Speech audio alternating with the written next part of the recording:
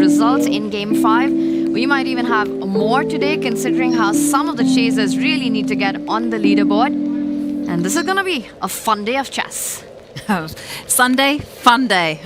It's going to be a brilliant day of chess as we get ready for the ceremonial moves to be made.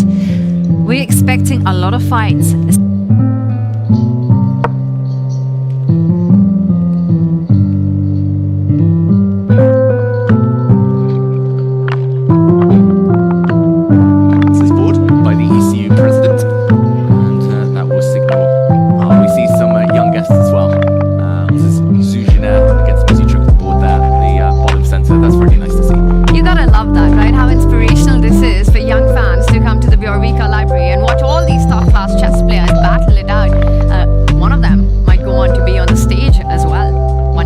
Absolutely, massive inspiration to have top players in the world fighting it out in your local library. And talking about local library, this is one of the best libraries in the world. And if you're ever in doubt, now is the moment to truly understand the greatness of this event.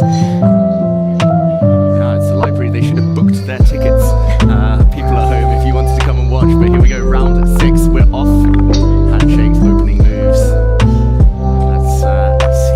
Choices they make this early. Which chapter will be written here during round 6? Is e4, e5, Magnus Carlsen against Alireza, Firouzja. Same as Magnus had yesterday against Wesley So, but do we think it'll be another Italian after yesterday's debacle? The chapter will be written. What lines will be played on the board? The big question right now, where does the bishop come out? Does it go for the Italian? It is the Spanish instead, with the bishop moving forward. So none of what happened yesterday, what Magnus had to suffer from. A6, the bishop gets pushed back.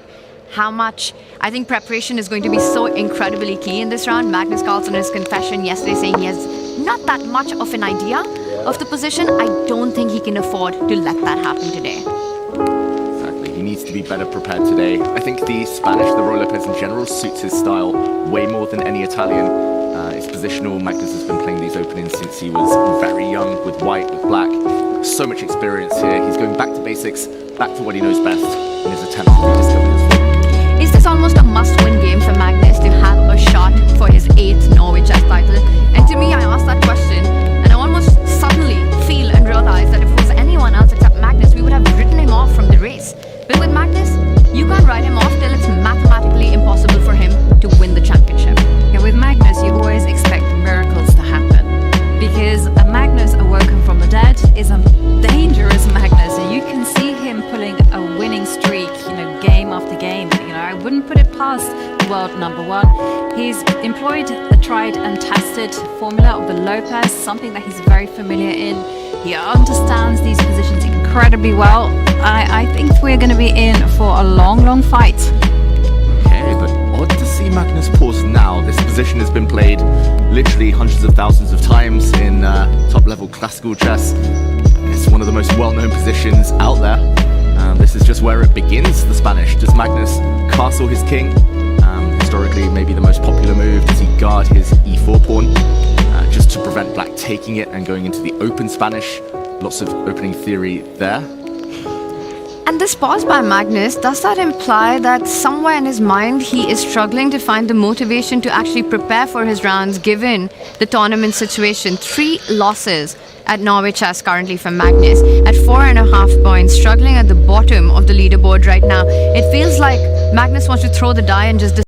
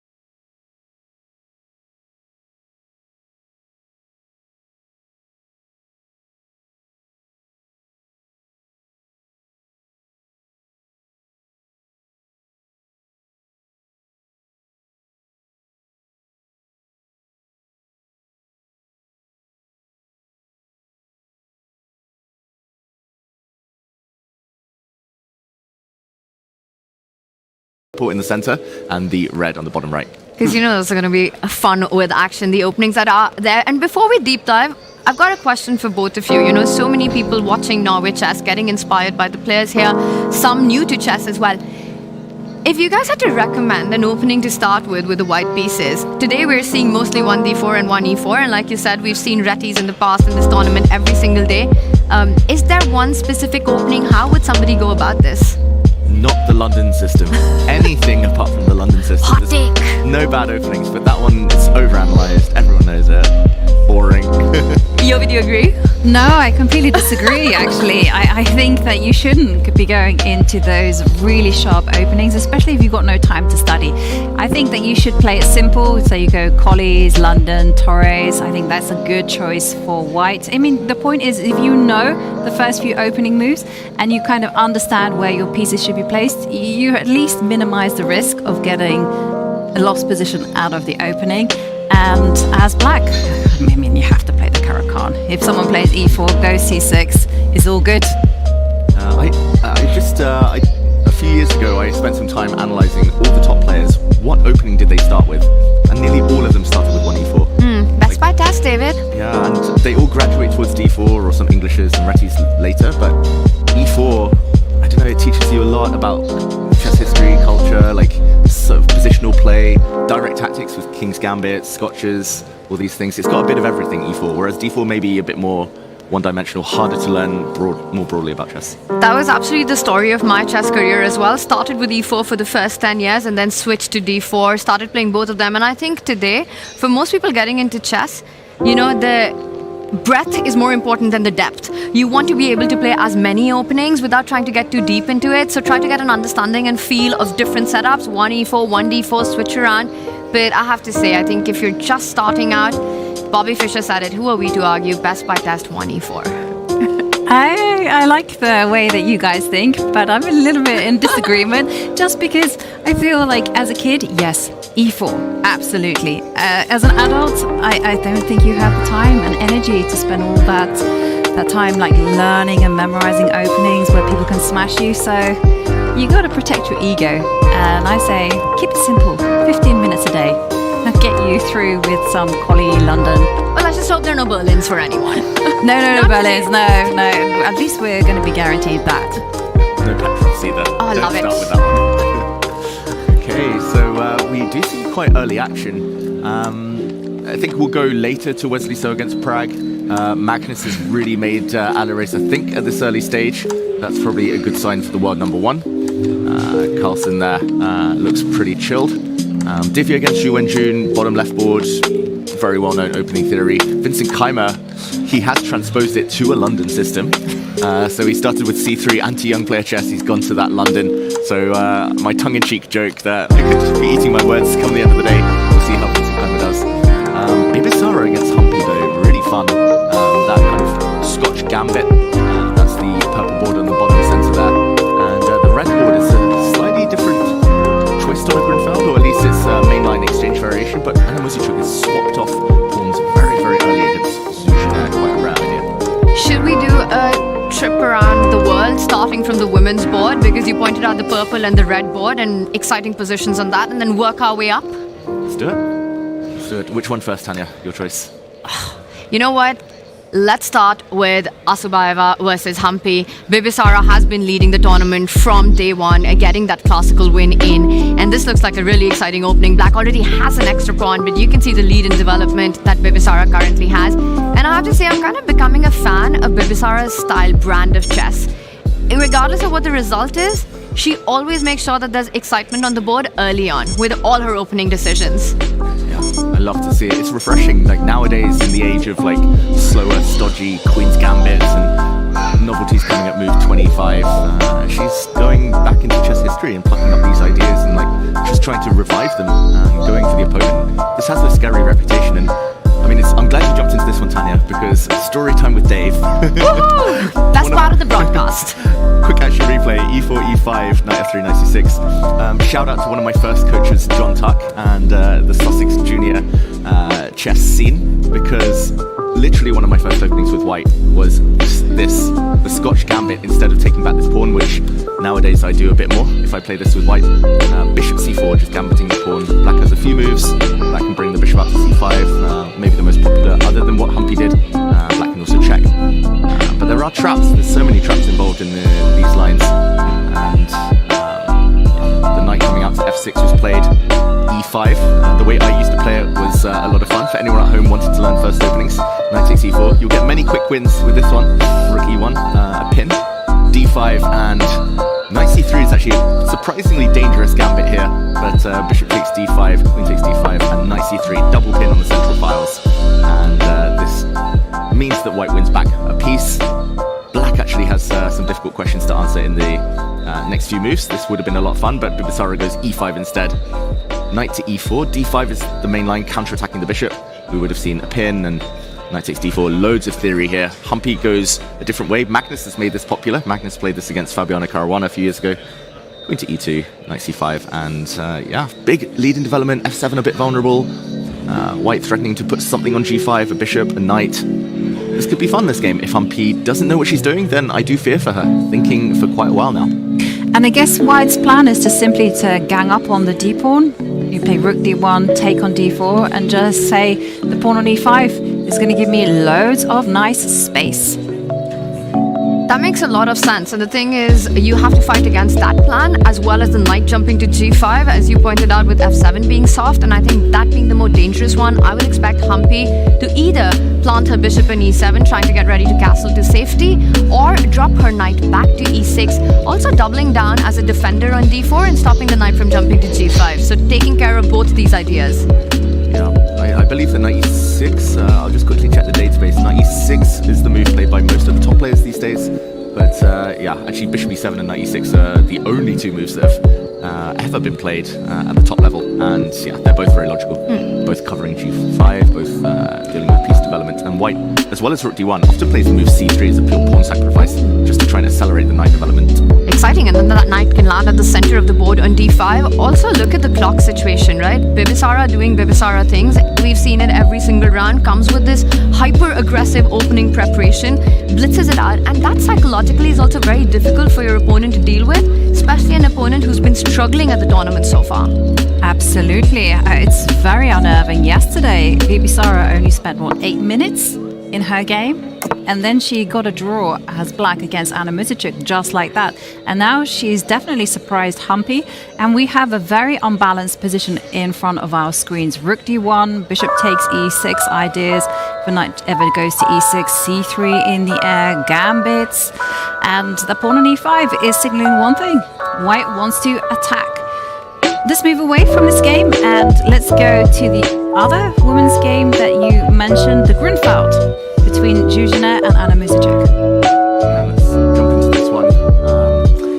I mean, I don't want to go on about my childhood openings for Grunfeld. I played it between the age of 5 and the age of 30, pretty much exclusively.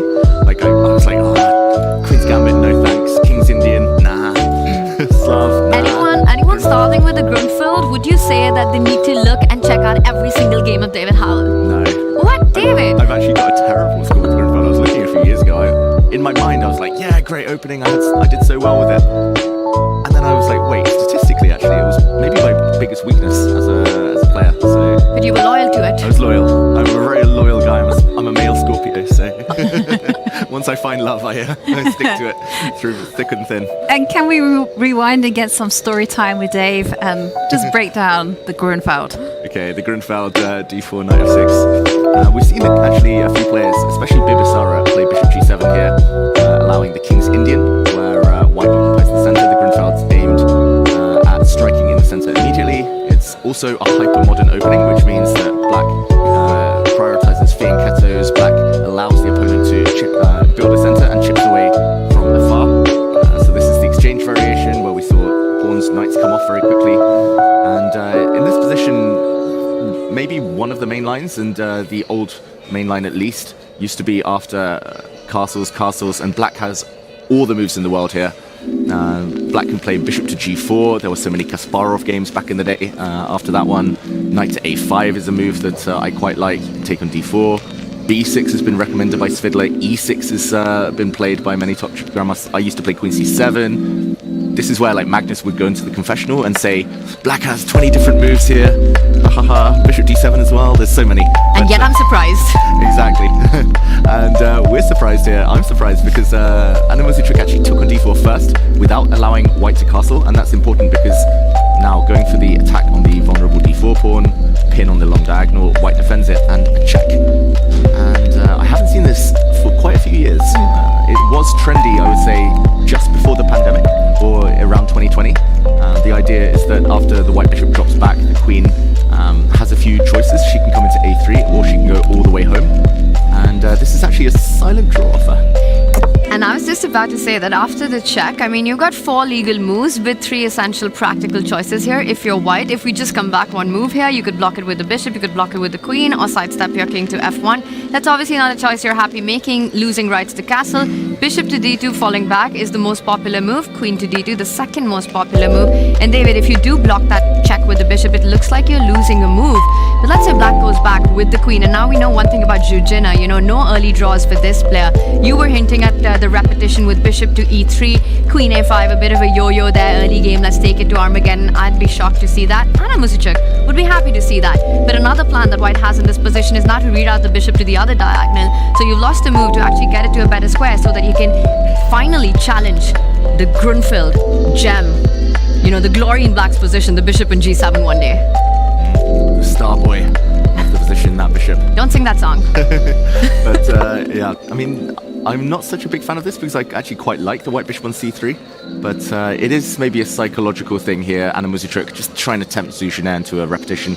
I don't recommend trading off queens if Zhuzhina is tempted here. That often happens in similar positions.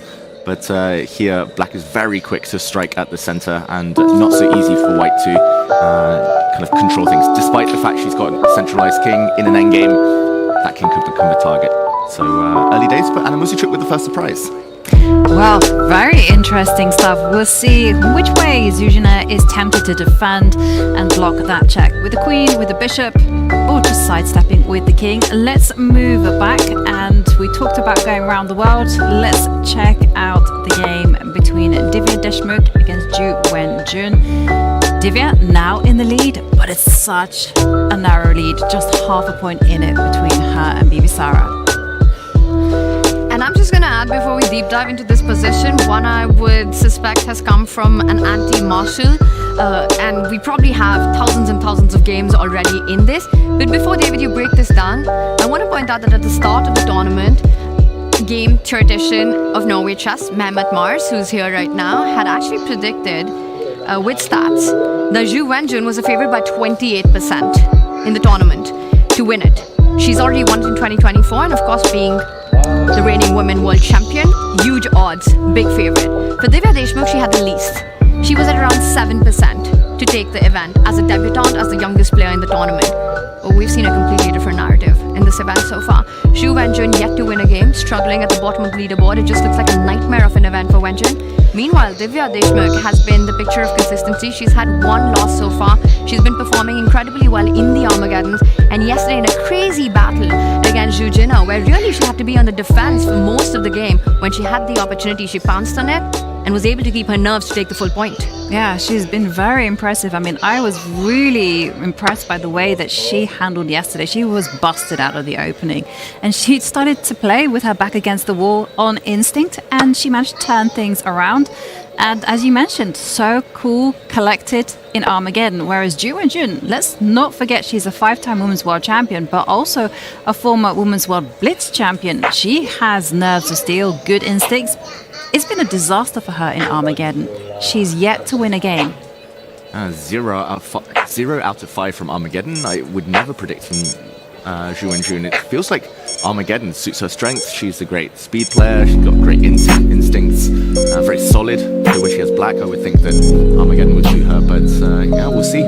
Maybe in the back of her mind now, Ju Wenjun thinks, okay, if Armageddon's not going to be where my points come, I might as well push in classical. And yeah, this opening in the meantime, Divya going for very traditional stuff.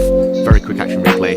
E4, E5. We see a Spanish, just like in the Carlsen against Firouzja game today. And after castling, yeah, D3 is is one of the most popular moves. Rook e1 as well would have led to the more classical Roy Lopez positions. d3, and yeah, it's one of those where black has a bunch of choices. This is a very well-known position. Just as Magnus would say, you can play rook b8, you can play b4, you can play bishop e7, bishop d7, bishop g4, bishop e6, and she just chooses to close it instead.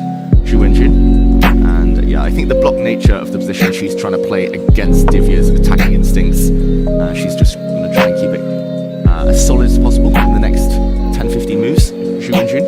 And she'll hope that she ends up in decent shape. I'm expecting Divya to go back to typical tried and tested Spanish ideas. Maybe put a rook on e1, bring the knight round to d2, either put it on c4 or put it round f1, g3, sit in front of the king, and some maneuvering ahead. It's going to be a slow grind this game with the way the opening has started, and I think a long fight for Divya, currently the tournament leader, half a point ahead of the rest of the field. And the ideas and the plans that David pointed out for white, I think for Wenjun, also very thematic plans are to challenge that light squared bishop on b3. We can expect moves like bishop to e6, bring the queen out to d7. And one thing that I've always felt playing these positions as black, I'm always looking out for ways to get to that a5 pawn. Rook b5, now that it's beautifully placed, it's not possible right now because in some positions you've got bishop a4 or bishop c4 hitting it, but you have to be always on the lookout of that a5 pawn, which has clamped down black's queen side, but also a trade-off that it's a bit of a target. Wow. One thing for sure, what you guys are both indicating is that this is going to be a tense maneuvering game. Let's continue our walk around the park and let's move on to Wesley So against Pragnananda. We're in deep into the semi-Slav and we have this move. I don't see this one too often from black, where the knight has appeared on e4. But let's backtrack and see how the players got here. Yeah, let's do it. It was d4, d5, a queen's gambit declined initially. And after knight c3, rather than keep it pure kind of queen's gambit, bring out the knight, maybe the bishop, he chooses this triangle formation Prag. Provocative stuff because a very famous game from recent history, e4, the martial attack, was played by Hikaru Nakamura against Sindarov in the candidates recently, where black grabs a pawn and hopes to live to tell the tale. Sindarov with black went on to defeat Nakamura in very impressive style, so this has come back into fashion. Wesley, it's not his style to sack pawns in the opening. I don't think he would have paused about this for too long. He plays e3, the slower system, and we see his development. As Ivanka says, b3, allowing the knight into e4. Maybe if white wants to avoid this, queen c2 is one of the other main lines. b3, knight into e4. He chooses not to take Wesley, so this would have given black a very strong pawn on e4, and maybe some kind of initiative with f5. We talked yesterday about rook lifts, white king, lacking some defenders, and people here having fun in the library. We can hear some screaming. I'm not sure it's about the games or not, but bishop to b2, defending the knight instead, and Prag goes for the stonewall setup. Stonewall Dutch pawn structure. A bit holy, I would say, not in a religious way, holes as in the dark squares. And the downside is the dark squared kind of gaps there, but the bright side is that black gets a super strong knight on e4. A super strong knight, and ideas of the attack to follow up on the king's side, right? You suddenly get full direction of finding a nice rook lift or the knight coming onto g4, combining with threats like queen e8, queen h5, and trying to at least get to the white king side. You know, Prag was having a fantastic tournament until yesterday. A completely winning game against Gukesh, and then goes down in that one in a very nervy finish. And that's got to hurt. So right now, sitting at 6 points in the chasers mix right there, I think Prag is looking for early imbalances, but Wesley's shown one thing, that here at Norwich Chess, he's ready for every kind of fight, whether it's a strategic positional grind or a tactical fest. He's in probably one of the best shapes that I've seen Wesley So in recent years. So this is going to be a fun one because neither will sort of blink or shy away from those ideas. That's what the structure also entails. I will point out though, for Prag, with the stone wall, the light squared bishop is your problem child. That's the one that you need to solve problems with. So you're either going directly for the king side idea or even moves like b6, bishop b7 to improve the position. But Ivanka, what about white? Wesley's made the move like g3 here. What are the plans that we're looking for Wesley in this position? Because it just feels like the next few moves, whether it's b6, bishop b7 or queen e8, queen h5, queen g6, knight f6, going for the attack, it's it's a matter of choice. It is definitely a matter of choice. For white, sometimes a lot of the play revolves around just controlling the center square, the hole that has been left behind, the square on e5. So you want to be not necessarily occupying, but you want to be controlling it. And often what your white is doing is kind of like rerouting the knight from c3 to e2 to f4. But there's a bishop in the way.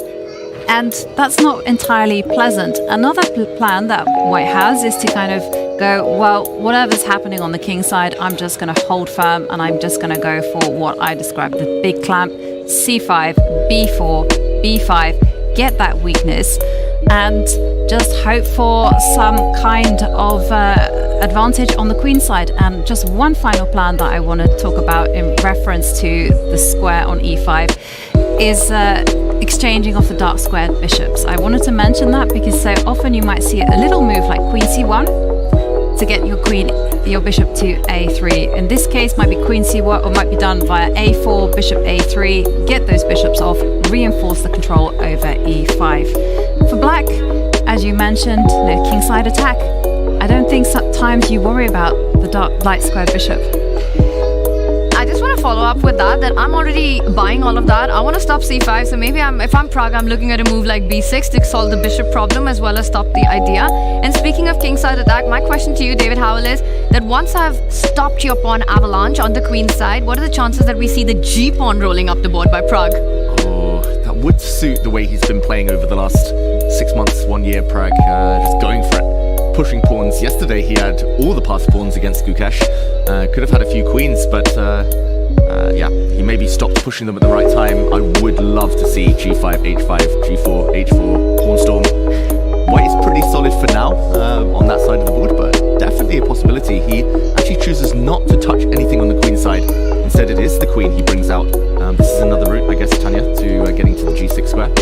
Something you mentioned, but also keeping the g-file open.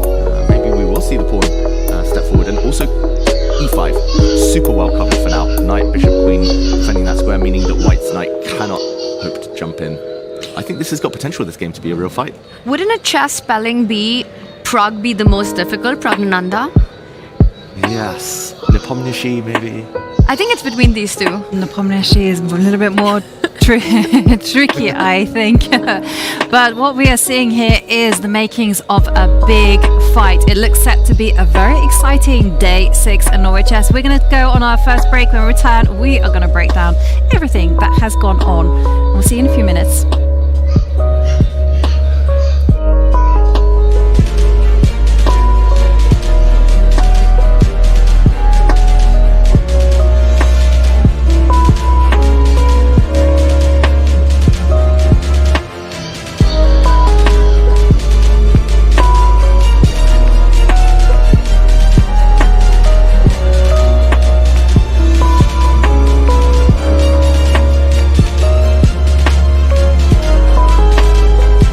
How much confidence does a win like yesterday give you? Well, it's huge. Beating Magnus in any game is huge. I have no doubt he'll bounce back. But do you think that you're gonna continue this trend today against Prague? Well, that's the plan now, hopefully. I mean, classical win is really a big deal. Also to catch up Firouzja. We're looking for... Yeah, for sure. Thank you so much, Wesley, and good luck. Thank you. Alireza, what's your mood today and how are you feeling today? I'm feeling good after yesterday's tough game. I feel like I have a good chance. And today was black against Magnus. You won against him in the first half of the tournament. What are your thoughts? I think it will be a very fighting game. I expect tough fight. Best of luck. How would you summarize the first half of the tournament for you so far? So far it's okay. So today we start the second half and I hope it will be no less interesting. Do you still think that you have to get 3 pointers to be able to fight for the win, or is it enough to win the 1.5 steadily? It depends, of course, not only on me but also on the other results. So far I think we have only 2 decisive games in the whole tournament in the classical games. Yeah, I think the one who will win the tournament will definitely have to win some games in the classical. Good luck today. Thank you. Bibisara, you seemed frustrated yesterday. How do you recoup after such frustration? Yeah, in Armageddon everything can happen. Usually I take my emotions under control, but it was unpleasant loss because I was completely winning and I have very good, in general, game for Armageddon. But yeah, it's chess, what to do. Do you feel good today? Do you feel good coming into this game? Yeah, sure. Good luck to you. Thank you. Hampi, how are you doing today? You're facing today against Bibisara. She was leading the tournament, now she's second place. Is it any way you're approaching this match differently than someone who is more experienced and not so young? No, not really. She plays many things and she's also in a very good form in this tournament. I lost in the first round, so today I'm playing with black and I'd be just playing as usual. Yeah. Looking forward for the match. Thank you. Okay, I'm going to start with an off-topic question today, Vincent, and I apologize. You look so stylish. How much time do you put into your outfits? Not a lot. I had a lot of preparation to do for today, so it had to be like 1.5-2 minutes. That's it. You're playing against Kukesh today. You have the white pieces, and how much effort are you putting into trying to create more in your classical games here? Well, I don't need to create more. I just need to use my chances more. I had like at least 3 winning positions already, maybe even 4, depending on what you count as winning. So that's more than enough chances. I just need to convert them.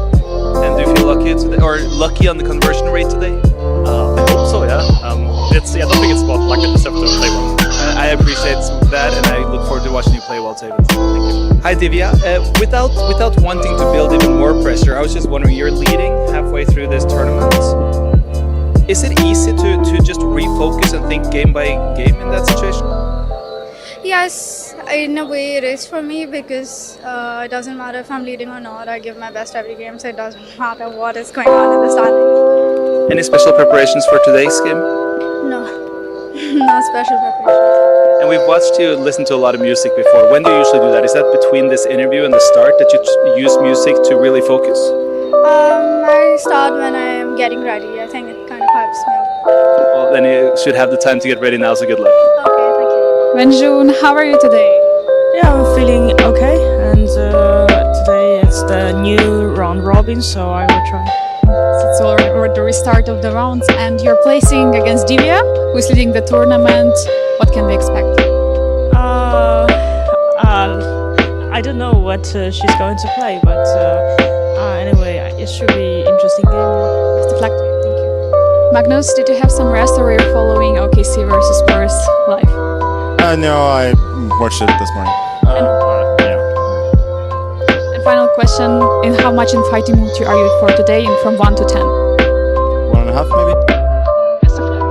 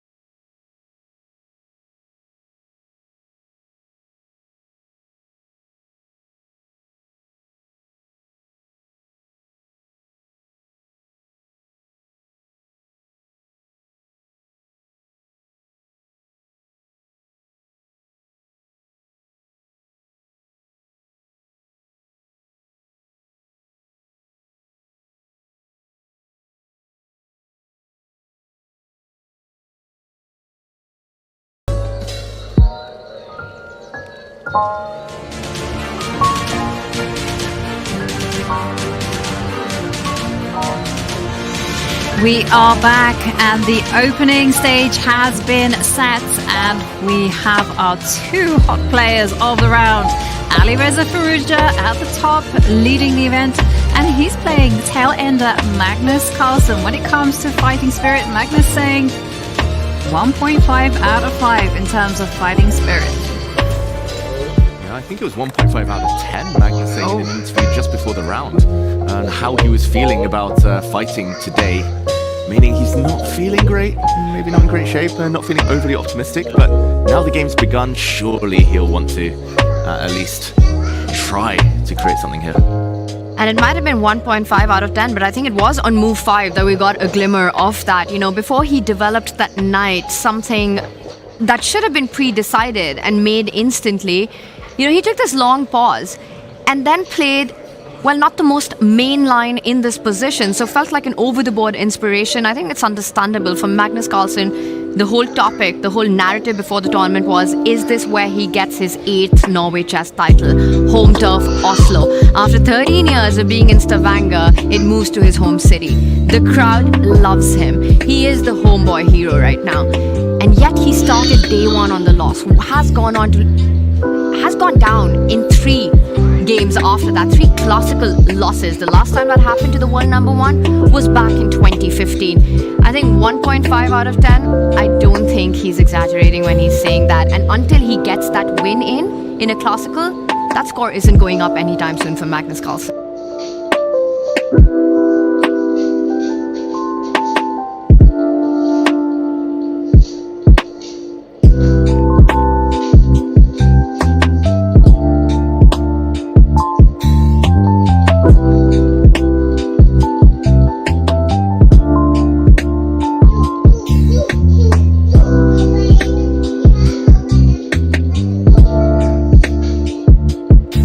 So low, I could not believe my ears. I thought, no, it has to be 1.5 out of 5. You know, get 5-star treatment, but no, 1.5 out of 10. But the game, like you say, Tanya, has begun.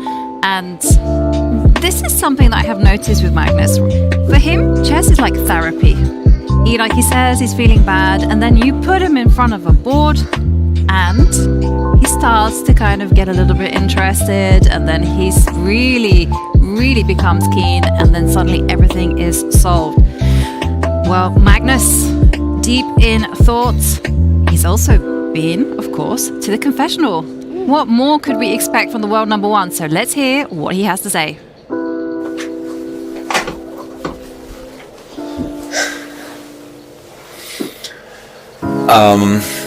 I'm trying a proper old guy move again today, just playing something that was popular before Alireza essentially started playing chess. I think, yeah, this was definitely one of the key lines. I mean, I prepared this knight a5, bishop e6 stuff for the match against Karyakin. I did that in my first black game of the match. And back then, you know, Fabio had won a very nice game against Levon, I think, with this bishop takes e6 stuff. But, you know, people stopped playing it because it doesn't work, but let's see what he knows. Well, he might have rated his fighting spirit 1.5 out of 10, but he certainly has a sense of humor here, you know, saying he's playing old guy move while he's testing Alireza's knowledge. And what do we make of this?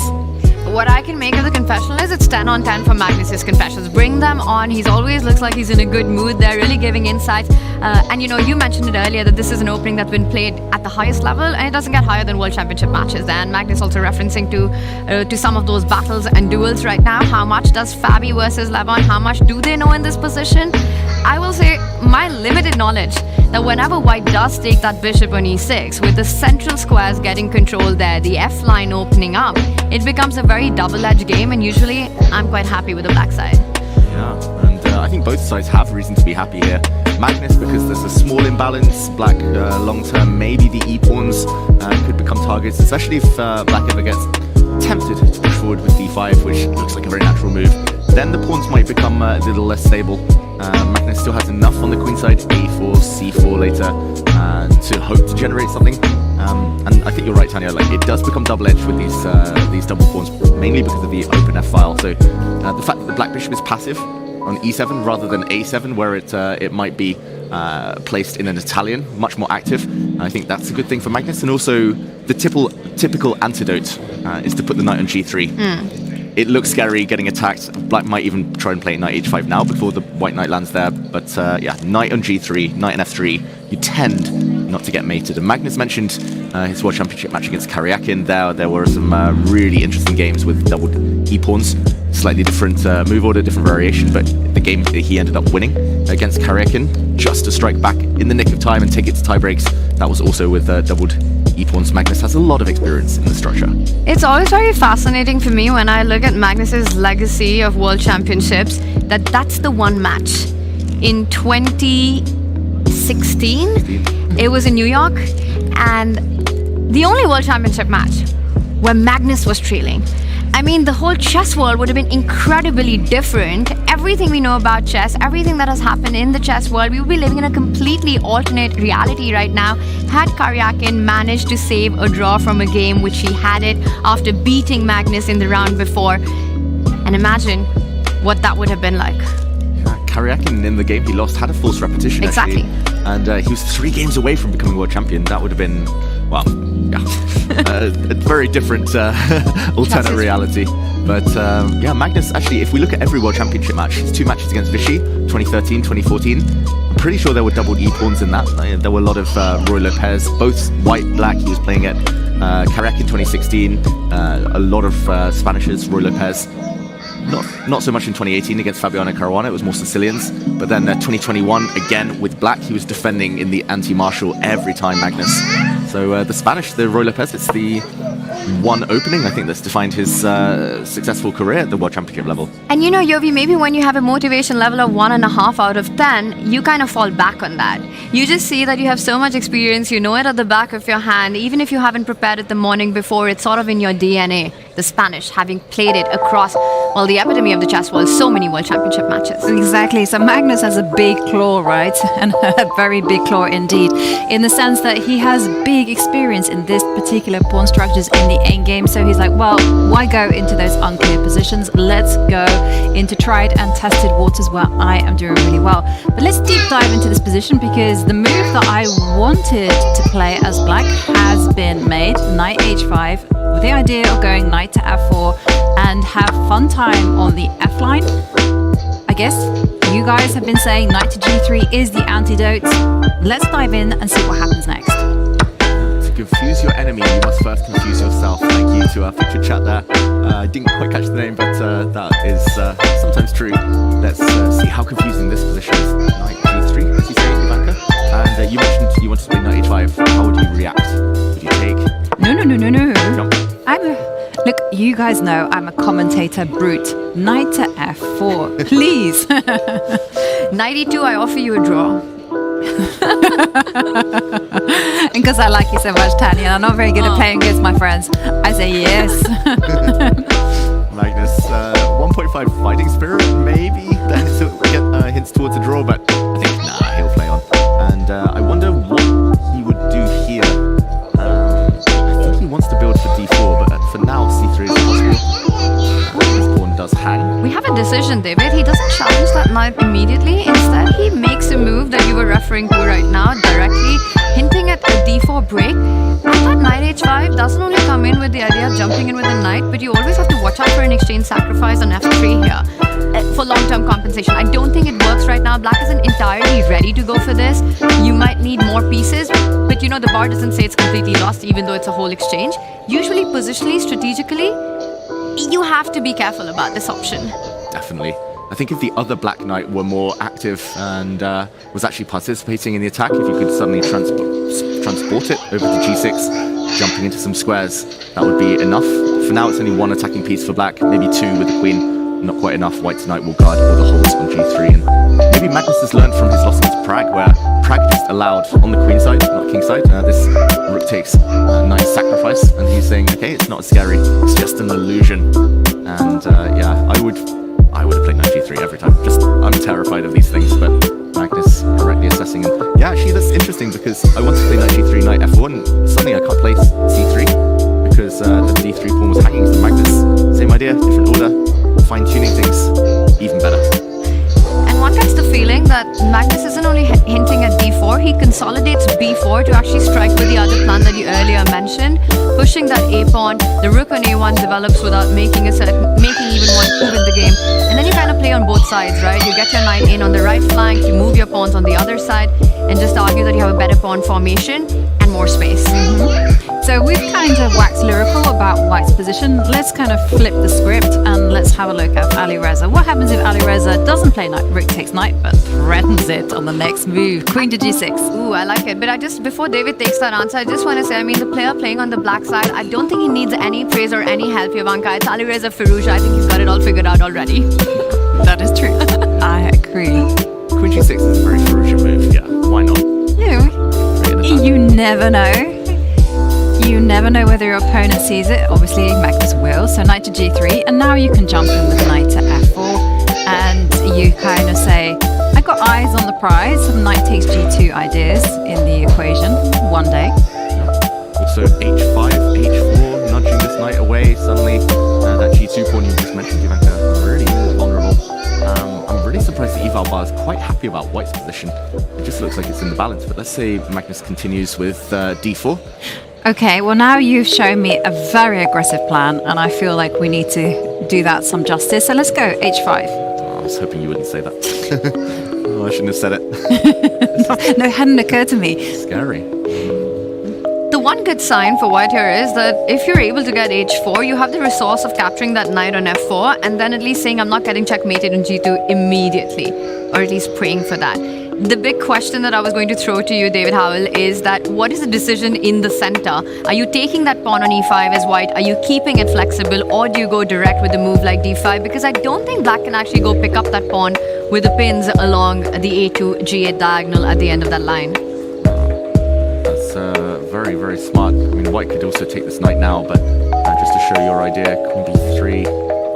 Maybe Black can get away with holding on, but yeah, a bit loose here. It's lucky that Black has this square covered for now. But I like your idea, Tanya. Maybe just fine-tuning it now with bishop takes f4, and suddenly queen takes d5 will come in check, hitting the knight to c6 as well. Ooh, I like this. Yeah.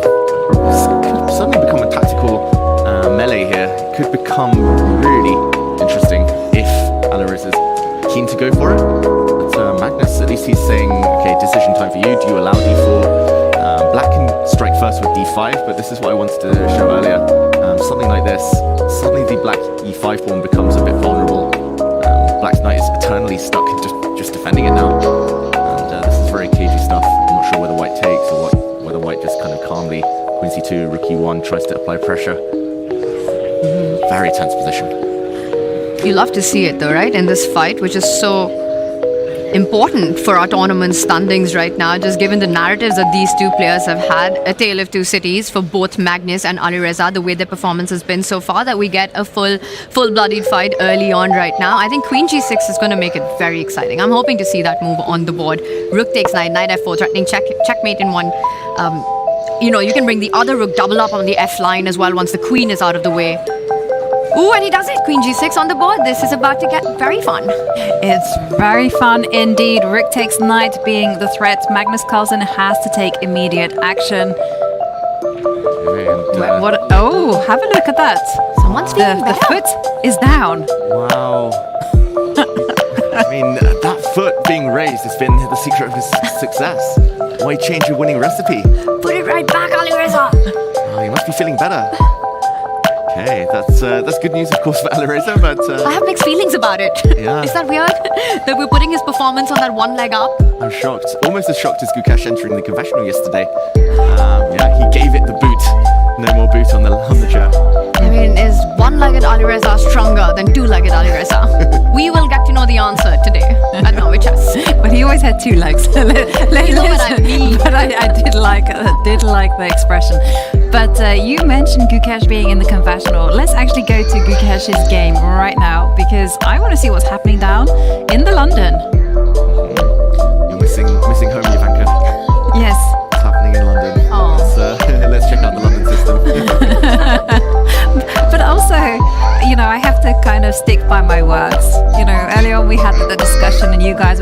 by test, keep it sharp when you're beginning, and I'm like, no, keep it solid, make it simple. Take that up with David Howell, because his first statement to what opening you shouldn't go for ever was never play the London. Exactly. I grew up like a couple of hours south of London, so you know I'm not a London boy. I'm good. Excuses. Exactly. I am a London girl, born and I bred. have no skin in the game whatsoever. Yeah. Bring on the King's Indian defense. Let's check out what Vincent Keimer did. Some strange move orders. So we saw d4, knight f6, and rather than immediately bring out the bishop to f4, which would be the London system, the pure London system, he starts with c3. Ivanka, you called this anti-young player chess. I guess it's saying, if you play c5, I might just take that pawn. Exactly. And cling on. And if you go just to also, yeah, perfect. And just to kind of also point out that after bishop to f5, you have to factor in what's going to happen after queen b3. b3, Black's left a weakness behind, and this is quite well-known theory as well. I always found it funny that after queen c8, White would very quickly play c4. Just 2 moves after playing c3. Lots of time, but Black's queen is misplaced. And White's bishop can also come out very nicely. So, okay, Gukesh chooses to lock in his own bishop, now ready to play c5. Vincent says, okay, I'm not going to leave my bishop behind the pawn chain by playing e3 myself. Bishop out first. Transposition to the London system, very well-known position. We've seen this so many times after bishop to e7. White normally plays here, what did he do, bishop to d3? Plays h3. Yeah, I guess keeping the bishop safe so it can't get hunted down by the knight. Bishop d6. Gukesh slipped, mouse slip maybe, finger slip with bishop e7. Now bishop d6. This is actually quite well-known stuff. Just to show everyone at home, it's not a loss of a tempo, or it is a loss of a tempo, but h3 not the most relevant thing. Essentially, Gukesh after bishop d6 would have been met by bishop g3, the main line, and now you never really want to take this bishop because the semi-open h-file might be an attacking weapon for White. So by losing a move, allowing h3, now bishop d6 doesn't give White anywhere good to drop the bishop back to, and basically saying, okay, you can take me, but then Black is very close to breaking out in the center already with e5. It's all about the e5 square, the London system control over that point. So Vincent says, okay, I'll deflect the bishop. Black bishops move 3 times in a row. Not normally good conventional wisdom, but Black does have more central pawns. Bishop d3, castles, and we've just seen rook e8 from Gukesh in quite a rare position. It looks like Black now with a big game-winning threat. e5 would hit the White bishop, and Black would continue with e4 with a fork on 2 pieces. So Vincent needs to react here and now. It's the fight, right? As you mentioned, to get that e5 square under control, and that's exactly what Gukesh will do. Even if it doesn't immediately, even if Vincent was to fight that threat, retreat with the bishop, retreat with the knight, I think we're going to see the expansion at the center. The most critical response in this position, as time is really of the essence, you don't want to give Black that space in the center, is start moving your own pawn forward. And it's a calculation game now, right? What happens after e4, e5? Because David, in these positions, if Black simply trades the center pawns, usually White ends up with very active pieces in the center. It's still material balance, you take everything, even if you get the queens on the board. It's just an incredibly pleasant endgame to play from the White side. Beautiful bishops, Ivanka. Yep, completely. That's what I was going to say. Everything is going to hinge on the fact that the bishop on c8, there's no way out for it. So that's just simply going to be super unpleasant. No way going to allow this or play into it at all from Gukesh. So instead what Gukesh has to do is kind of like maintain the balance and find a way to get the light squared bishop out. So after e4, you have to hold the tension. So do you just keep it flexible as is, or do you go direct with e5? I think for me, that is the most attractive move to look at. If it works, you push that bishop away. The bishop has to fall back. I don't think you go to e3. That just looks like you're destroying your pawn formation. You could go forward to g5, which comes in with a direct threat on d5. Another question for Gukesh will be, how is he responding to this? I do have a feeling that we'll see e4, e5 on the board. Better late than never. Maybe you were right all along, Tanya. Best by test. He forgot to play e4 move 1. He was like, oh wait, London system, what? e4, e5 on move, 11 instead. You know, it's got 2 1s, better than 1. 1. Exactly. I could definitely see that happening, and I think this will be the key, like what Gukesh has calculated here, because, I don't know, pushing forward is one option, but then the White Knight will come hit the bishop. Now, can you take on e4? question is, what about bishop takes knight? What about knight takes pawn? Some immediate exchanges. Who does that favour? It's a very tense position. I think e4 has to be played though by Vincent. If you allow black to just get a free hand and start rolling down the board in the center, get that bishop out to e6, it just looks incredibly healthy, right? This position, e5, e4, bishop e6, bishop d6. You're a happy camper if you're Gukesh. I just want to zoom out of this game, Jovanka, and talk to you about Gukesh's mind state right now. Like, he's playing Vincent Keimer, right? We've spoken about how Vincent is struggling in the tournament so far, 5 Armageddon losses. I don't know if you saw that interview of Gukesh where he actually said that despite how the tournament's going, he got that win against Prague yesterday, but he's actually in really good spirits. He's feeling good about his chances. You know, he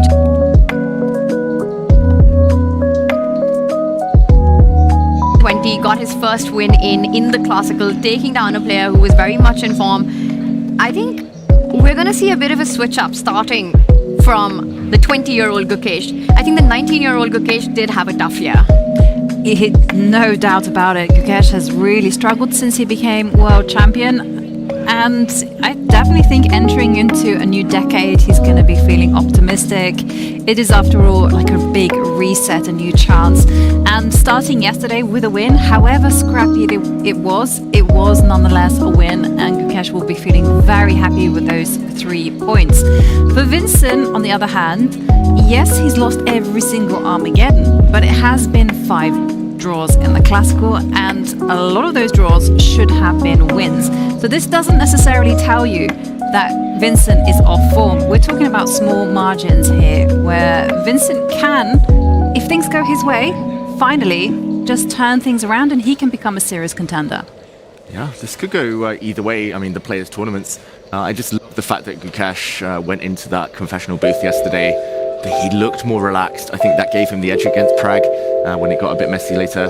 I remember myself as well having rough stretches, rough patches. I used to play a tournament in Hastings in England every Christmas, and there was one year I was top seed, but I lost 2 games early, and I was like, it's the end of the year. I was playing terribly. Suddenly, January 1st, new year, new me. I started winning, and I was like, wait, I've got 100%, and I think Gukesh might feel the same. He's turned 20, 100%. He's going to want to keep the score going. He's got a great track record against Vincent as well. Early days in this game, but I think both players feeling ambitious. And you start feeling, right, you get that first win in, that this is going to be a good year. And that's the kind of confidence and the switch up that Gukesh needs in his mind. He said that, you know, he feels like he's doing the right things. The results will come if he continues on that path. For Vincent Keimer, touching on what Jovanka, you just said, the classical games and the result just doesn't tell the full story. He's had so many opportunities, but kind of just fallen short of closing things down, somewhere choking just when it matters. And the Armageddon, he's mentioned it himself, he just hasn't adapted and adjusted to playing an Armageddon right after the classical. You know, he's had a 22 move loss, he's had a 17 move loss in the Armageddon. So I think, Vincent as well feels that if he has to strike at the world champion, he needs to do it in the classical. Definitely has to pile on the pressure in the classical. Going back to our bird's eye view, well, take a look in the middle. We see that things have gone in the way that we predicted. Knight does come to g3 for Magnus. Knight appears on f4. And a4 was the choice of Magnus Carlsen. So going to be an interesting tussle there. And also it's looking like a4 is going to be a big battle between squares between Wesley So and Pragnananda. I'm going to give you guys the floor because we have walked around the park and seen all of the games. Which game are you most excited about, Tanya? It's action all along. The one thing that I am noticing before we deep dive into one of them is that it feels like so far it's a good day to be playing with the white pieces. Most of the bars highlighting right there that white has gotten out of the opening with a slight advantage, with a slight pull. And you know, I love that the top right board, Wesley So, Pragnananda, we do have g5 on the board, and that's something that we really wanted to see. I want to highlight about that opening. Whenever, you know, I prepared against the stonewall structure, you're always told that don't worry about this avalanche of the pawns coming towards you with the black side, you know, g5, g4, h5, h4. You never get checkmated as white. But I've always been terrified to face it. I always get the feeling like I'm about to be checkmated any moment. What is everyone talking about? And I have to say, practically, it's not as easy as the engines seem to evaluate this position for white. Yeah, he's a very practical player. Pragnananda going for Wesley So, not caring about recent form. caring about what happened yesterday when Magnus poked the bear, woke Wesley up. I love it. I love it. He's going for it. He's got enough G's in his name to get G5 going. Oh, nice.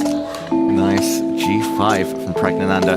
And the pawn's not stopping there. I mean, it might be joined by a fellow pawn. And at the H, G, Black will at some point move the king, swing the rook behind the H pawn. There's something about this knight. It's the same with the London system and these kind of Collet systems, Torre attacks that Jovanka was talking about earlier, just with colours reversed. In D4, D5, it's all about whether white can get a knight to E5 or whether black can get a knight to E4. And forget the C8 bishop, that will come to life later. That may move this game. Maybe. Like 20% chance it moves. But for now, it's all about the king side. And that is black's target here. Checkmate into the game. Prag's going for the king. Okay, let's be super objective about this and say, what happens if white reacts a little bit? And let's see how play develops.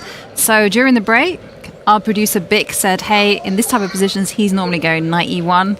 Just to get that knight out of Dodgetown, let's analyze that. Okay, let's check it out. So preemptively retreating. I like this as well because if black ever plays G4, so the big question is whether to wait or not, but if black does play G4, then white's knight also has an F4 square to sink its teeth into. Okay, knight F1, I don't think black pushes anything yet. Tanya, do you have any ideas for black to continue? I'm just going to add up one more idea for white and make your life even harder. It's not only coming to D3, but I think F3 is the other point in this move that you really want to kick out that piece that you were earlier mentioning. So for example, if Prag just keeps attention, doesn't commit to G4, and let's say tries to build up with queen to H6, you know, with the idea rook lift, queen lifts further, line it up with the rook, win the game on the spot. I do believe that F3 is in the air. F3, and the big question is always, to sack or not to sack? Yes, let's go. We have the power of take back, of course. Let's put it on the board. Even if the evaluation bar laughs at us, and here the bishop can clear the path. Yeah. And now I see why Wesley put his queen on C2 rather than C1. All those years ago. All those 4 moves ago. Yeah, the queen swoops across to save the day, and I mean, it's still a bit scary. In Blitz, I would say like, oh, I mean, the rook is coming, watch out, but it's just an illusion. I think white's in time to remove any pressure and maybe later start shutting things out. But yeah, okay, it's very tempting. Big decision, by the way, David, by Wesley instead. Wow, he took the knight. I prefer Bick's knight E1, gotta say. I think if it works nicely, and the knight is much better on D3, but takes on E4. That shows maybe a little bit of a kind of desire to clarify things. Wesley doesn't want the tension, and I guess now actually, maybe he's realized this is the moment to strike. He will strike with F3, open things up. He's arguing that black has actually weakened himself slightly with G5. And also, my question to you is, where should the knight go? Because you placed it automatically on D2. I was fixated on putting a knight on E1. Is there a difference between the two? Maybe not. I'm not sure, really. I guess the knight in E1, I was just assuming it was dominated by the pawn, but if F3 is coming anyway, then the knight gets back out. I don't really see what's the benefit to E1, though. And while you guys are thinking about where the knight is going, I'm still looking at ideas of somehow, if you're Pragnananda, doubling up on the H file. You know, I've got a clear path now after the F pawn has captured E4. Alright, that's also a nice one, but I'll also highlight the Queen F5, Queen H3 route that's opened up for black. And you know what's coming in next. It's either the rook on F6 or the knight on F6, but we're all going to one party, and the party in this case is the pawn on H2. And in this case, it might matter where to put the knight. Because by D2, you'll have a defensive resource of F1. Exactly. And the knight on E1, it was going to G2, but that's about it. Three-coated knights are never good unless it's an endgame, 2 bishops versus a knight. Then you put a knight in G2, and that's the best way to I have an idea, though. Give it to us, Yovi. Okay. What you got? I was thinking of going F4. En passant, I think you'll find is the forced move. It actually isn't. It's just a streamer joke. Queen takes queen. Although I don't need to play queen takes queen. And now let's take with the old... David? I don't know. I didn't know either. Maybe knight. Knight takes, yeah. Yeah, the rook is vulnerable. I suddenly do feel that black probably will regret not having developed these 2 pieces.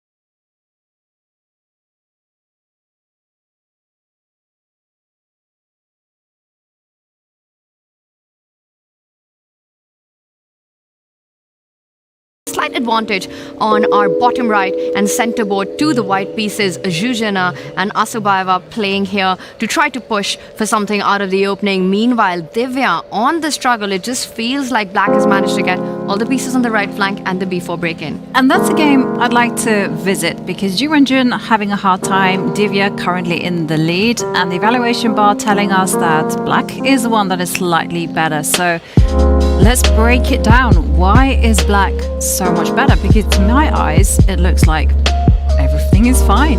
It's just balanced. The bishop pair.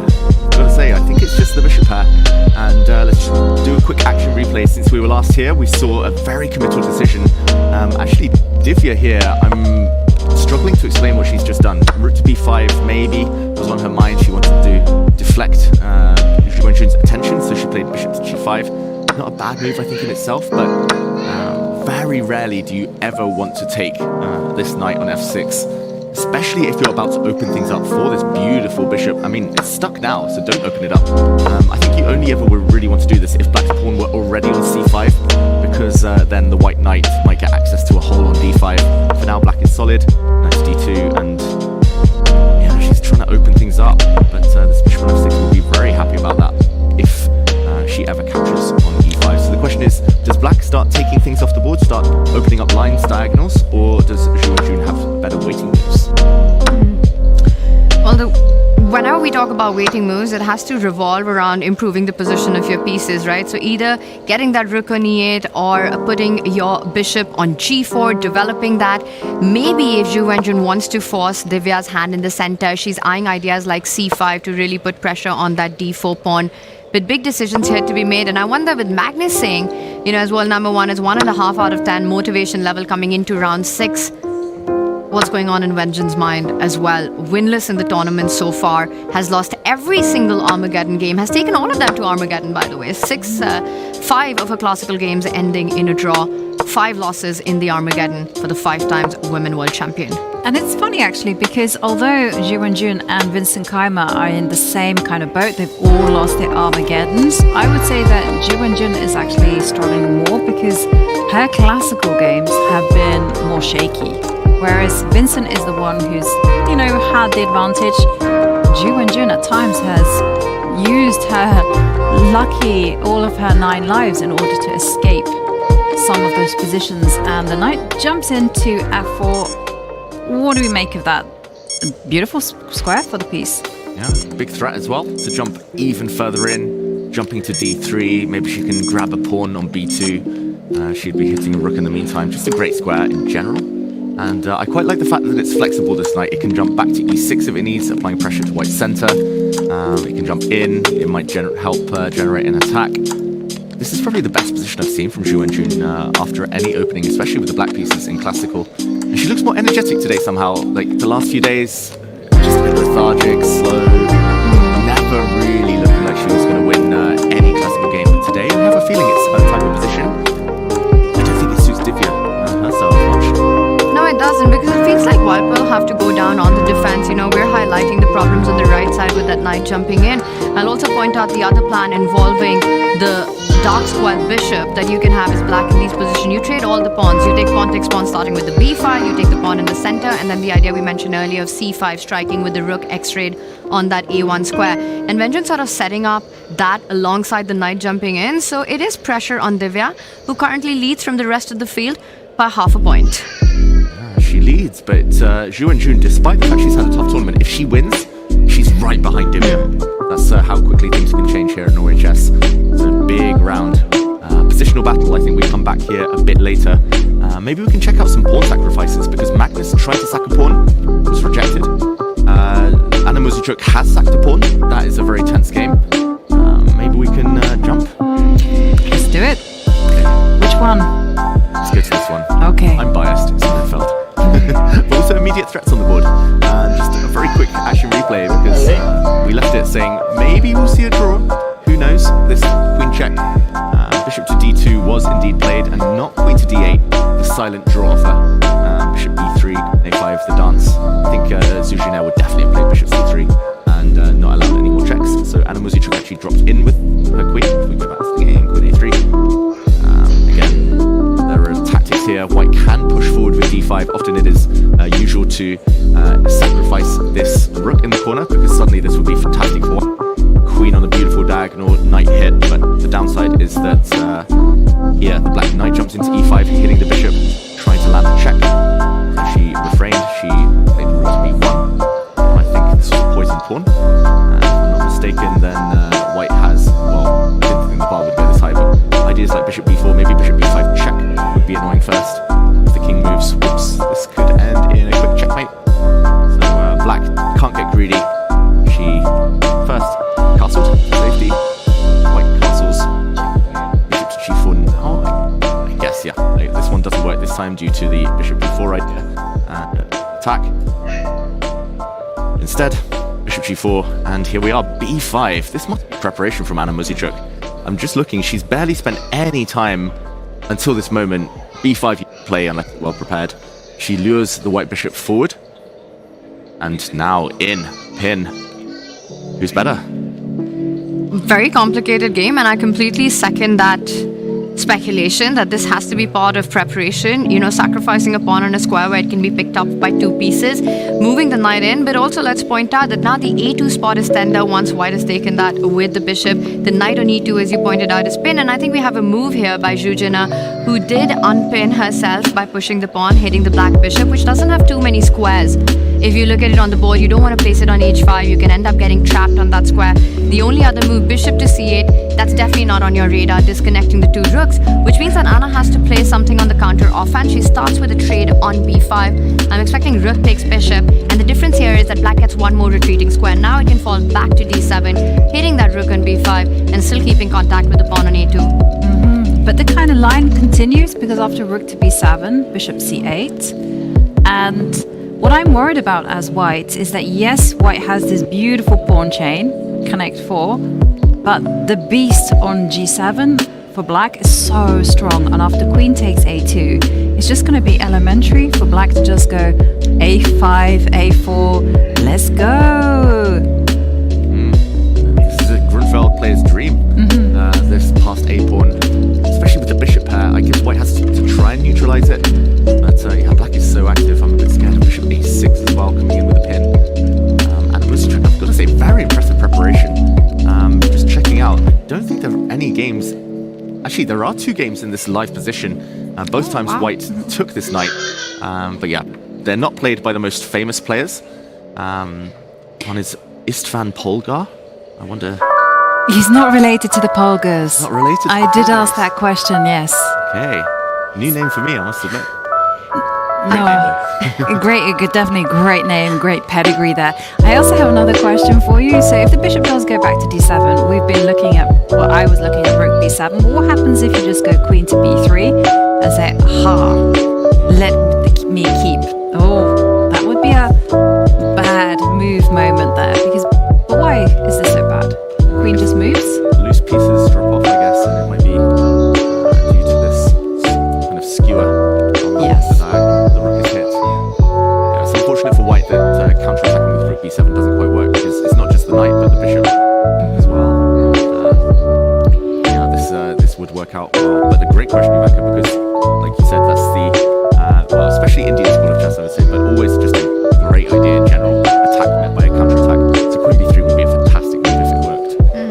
But I don't think quite yet. Just to mention, Istvan Polgar in 1965 played the move rook a5 to guard the pawn on a2. And just to add up on that, b5, the pawn sacrifice, is the most played move in that position with the black pieces. Quite a few strong players have played it, including Katerina Lagno, multiple times women world rapid champion, and she's had it in her game. It is, you got 11 games in the database. So far in this position, after b5 happened, the trade happened in f3, you've got still 2 games going. But the fact that after the trade on b5, Anna Muzychuk has slowed down, I wonder if this is where her preparation stops. Because you'd still want to play bishop d7 really quickly, and if it's not bishop d7, what else could be on your mind if you're playing with the black pieces here? Because I'm struggling to find an alternative for that bishop on g4. Yeah, that is a slight surprise that she's thinking. She has spent over 20 minutes, so maybe she kind of recalls it but hadn't looked at it this morning, and maybe it's a bit fuzzy in the memory. I've been there so many times when I saved up an idea for years and years and nobody lets me play it. And then suddenly I get it on the board and I'm like, oh wait, I haven't revised for this exam. Why now? Why here today? And okay, the bishop does drop back to d7. And yeah, hitting the rook. This is what we expected. Big moment. Rook a5 does keep the pawn, but I guess the rook is just misplaced here. I'm not sure where the black queen goes. Maybe d6, maybe b2, maybe d3, 3 safe squares. But yeah, maybe the rook is just misplaced on a5.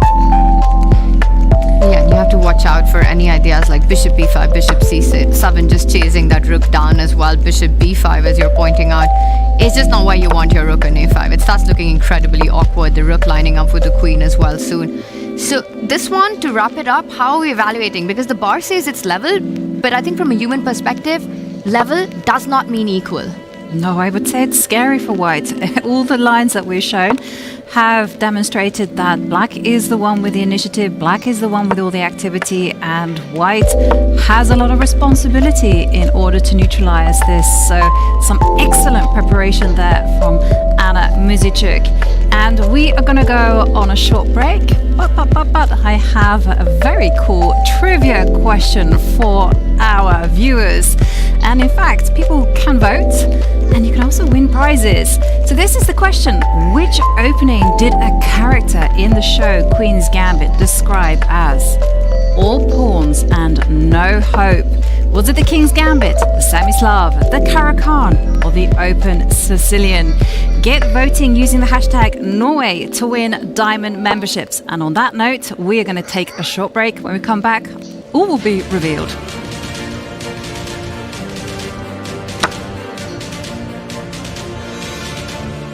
What I like about chess, there is actually a lot of similarities with the football as well. You need to plan your moves a bit ahead. You need to stay sharp. You can't lose 1 second of focus. If you do, you might get punished. So you have to sometimes surprise the opponent. Chess, I have a lot to learn. In life, I have a lot to learn. So everything in life, you can always get better and you can always improve. Total Chess can turn chess into an even bigger sport for new audiences.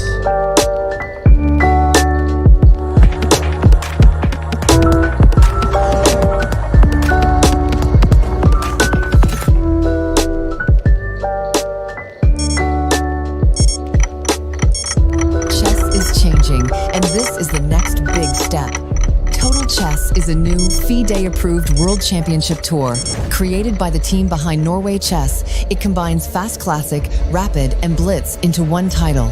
A pilot is set for autumn 2026. In 2027, the inaugural tour begins, and we will crown the first ever FIDE World Combined Champion. 4 events a year, hosted in cities around the world. A clear season structure, a bigger audience, and a stronger presence for the sport. We are partnering with sponsors, investors, host cities, and media partners to build something with long-term global impact. If you're looking for a global platform with real momentum, this is it. Let's talk about how you can be part of it.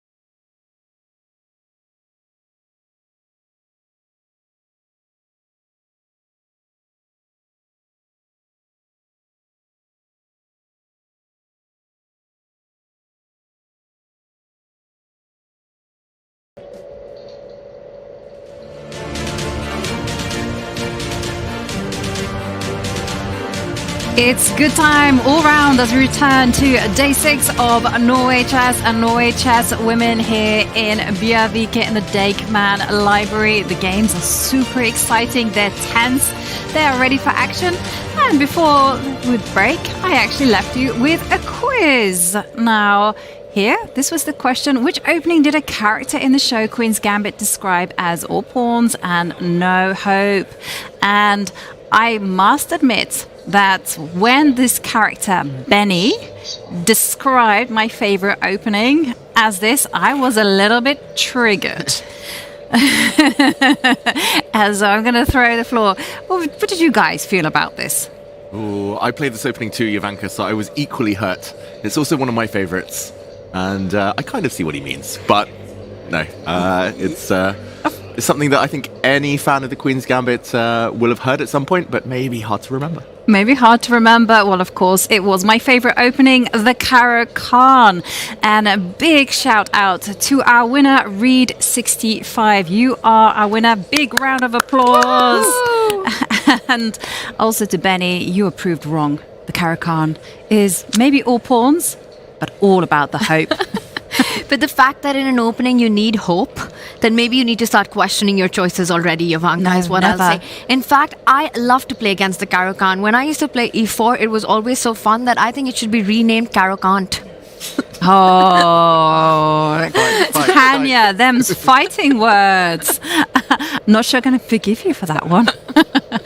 And going to our bird's eye view, there I do see some positions where there are all pawns and potential hope. And the first place that I'm drawn to is Wesley So against Pragnananda. Has there been any form of action? We see that there's been some changes in the middle.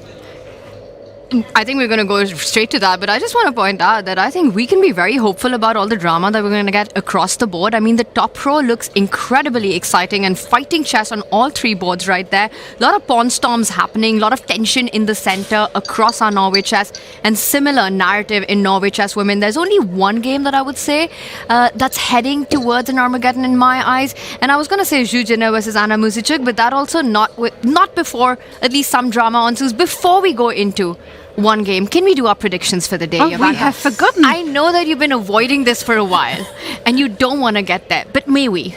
Okay, the floor is yours, Tanya. Every day we have been predicting how many games will go to Armageddon. The scores on the floor are: give it up 2 points to David, Woo-hoo! 2 points to Tanya, thank you. And for myself, we will not discuss. The chair has more points than me, let's face it.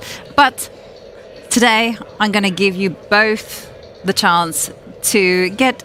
Nah, I feel bad about that. I just feel, David, the person who's struggling currently, who's yet to get on a scoreboard, gets the call first. No. Jovanka, what they say, you gotta give the odds, man, to a person. So this is me handing over the odds to you.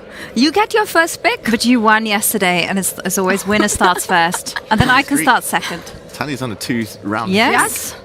I'm the Alireza of the prediction game right now. Right now. Go on, Tanya. Take it away. Let's do it. I'm gonna rely on my instincts right now, my intuition. I do see fire across all boards. I mean, there's something to play for. No quiet positions today, and I absolutely love that we're in for a thrilling fight across all 6 boards in round 6. I'm gonna stick to my prediction from yesterday: 3 Armageddons, 3 decisive results. Which is quite a hot take, I want to say. I'm not playing it safe here, guys. That is a hot take, Tanya, indeed. Well, actually, I was thinking that there would be a lot of decisive games. Sorry for jumping in, David, but I thought you might steal my... I'm chilling.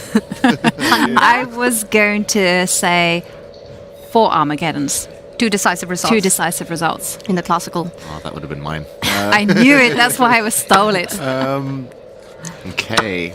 I mean, G5. There's almost more G5s than there are Gs in Prag's name right now.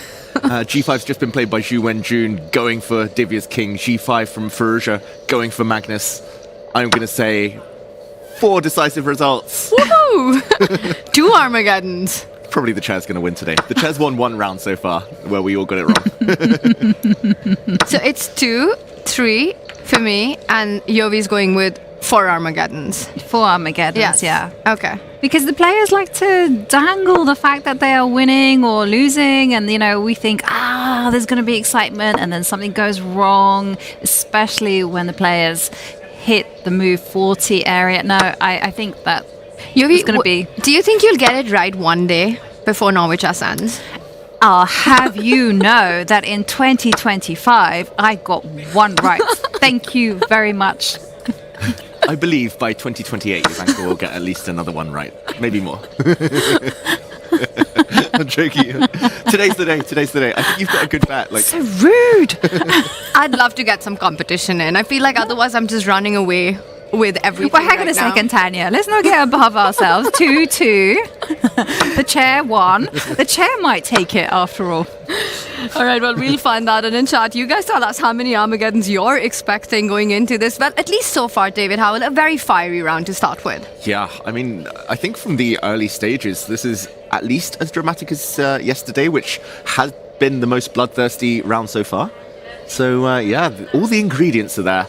Of course, it's hard to predict where things will go. The eval bars are slightly excited, but not saying there's anything kind of huge going on yet. So we can only play the odds. We can only trust our gut. And we want to know at home what all of you think. Is this going to be 6 decisive results? Are the standings going to go all over the place right now? Or is it going to calm down? Are we going to see 6 Armageddons, more games, more chess? Who knows? Where are we going next? Okay, I've changed my mind. Let's go to Magnus against Alireza. And when Alireza plays G5, we are going to sit up and take note. Because first up, there's tension in the middle of the board. But G5 has made an appearance, and we can see the skeletons of an attack. Yeah, I mean, we're seeing that attack getting fleshed out. It's more than just a skeleton, I feel. Like G4, H5, H4, that's a real pawn storm. And that is scary. I mean, if I didn't see the eval bar that's saying white's slightly better, I would say black's position maybe easier to handle, easier to play. It's kind of you just push pawns, and Magnus has started burning time. We talked about Magnus, the 1.5 out of 10 enthusiasm today, but Magnus 2.0, that's what he needs. Magnus speeding up. At least in this tournament 2.0, the first version has been a bit slower, but he has started to spend a bit more time. And I just want to point out one critical moment. We left it 3 moves ago. We talked about C3, the black queen hitting along the G file means there was a threat. Rook takes F3 would win a piece. Magnus blocked, the black knight came in, and I just want to mention there was a pawn sacrifice from Magnus, at least temporary pawn sacrifice. The knight hitting this D3 pawn. Took me a second actually to understand why he just ignored it. Instead of D4 here, A4. Trying to get rooks off the board, trying to open up the A file. I guess if the pawn had been snapped off, then Magnus would have said, okay, I'll take on B5, and now maybe with or without the inclusion of a rook swap. Okay, eval bar says no, so I'm going to attack the knight first. This is the idea, hitting the knight and hitting an isolated pawn. Loose pawns drop off, and when the knight retreats, this is actually quite annoying for black. Suddenly white conquers the queen side, and we have some moves, so let's catch up. G5 was played, the black queen drops back. Ivanka, you've spotted something. No, the evaluation bar was messing with me, David. Sorry about that. All good, all good. I had a near heart attack. It rose all the way to the top and then went back again. I was like, okay, don't do that. See, look. A glitch in the matrix. Black didn't react to rook takes A8 by mouse slipping with rook E8. Don't worry, everyone. I think he did take the A8 rook. And something's happened. I'm trying to figure out from the live board how we got here. So rook takes rook. And Okay. why is Alireza's rook on D8 and white still hasn't made a move? Alright, so rook takes rook and pawn takes pawn was played. That rook wasn't on D8. We got it. And I think this is a good tip for everyone at home. If you're being attacked, then strike back in the center, especially if your king's on one of the wings, one of the flanks. Strike in the center and swap pieces off. And if the live board is correct, which it looks like it is, the eval bar is quite high on Magnus's side. Apparently Alireza might have slipped up, might have got things a bit wrong over the last few moves. But it's not obvious why this is so bad. I mean, is it just critical of the double pawns in the middle of the board? I'll just point out the eval bar is confused. It thinks that it's white's move. Here we go. So it's not as high. It's still a small advantage for Magnus, but nothing major yet. But that means that was a miss by Magnus, because there was an advantage just before Magnus decided to take a decision in the center by grabbing that pawn. And now for Alireza, he has to decide, does he capture with the knight? Which does look also very tempting, trying to get rid of a defender in the position before you double up your e-pawns. And yes, it looks like you have an ugly structure, but in return you have a stunning a-file. Rook is coming in. And let's just show knight takes pawn, knight takes knight, pawn takes knight.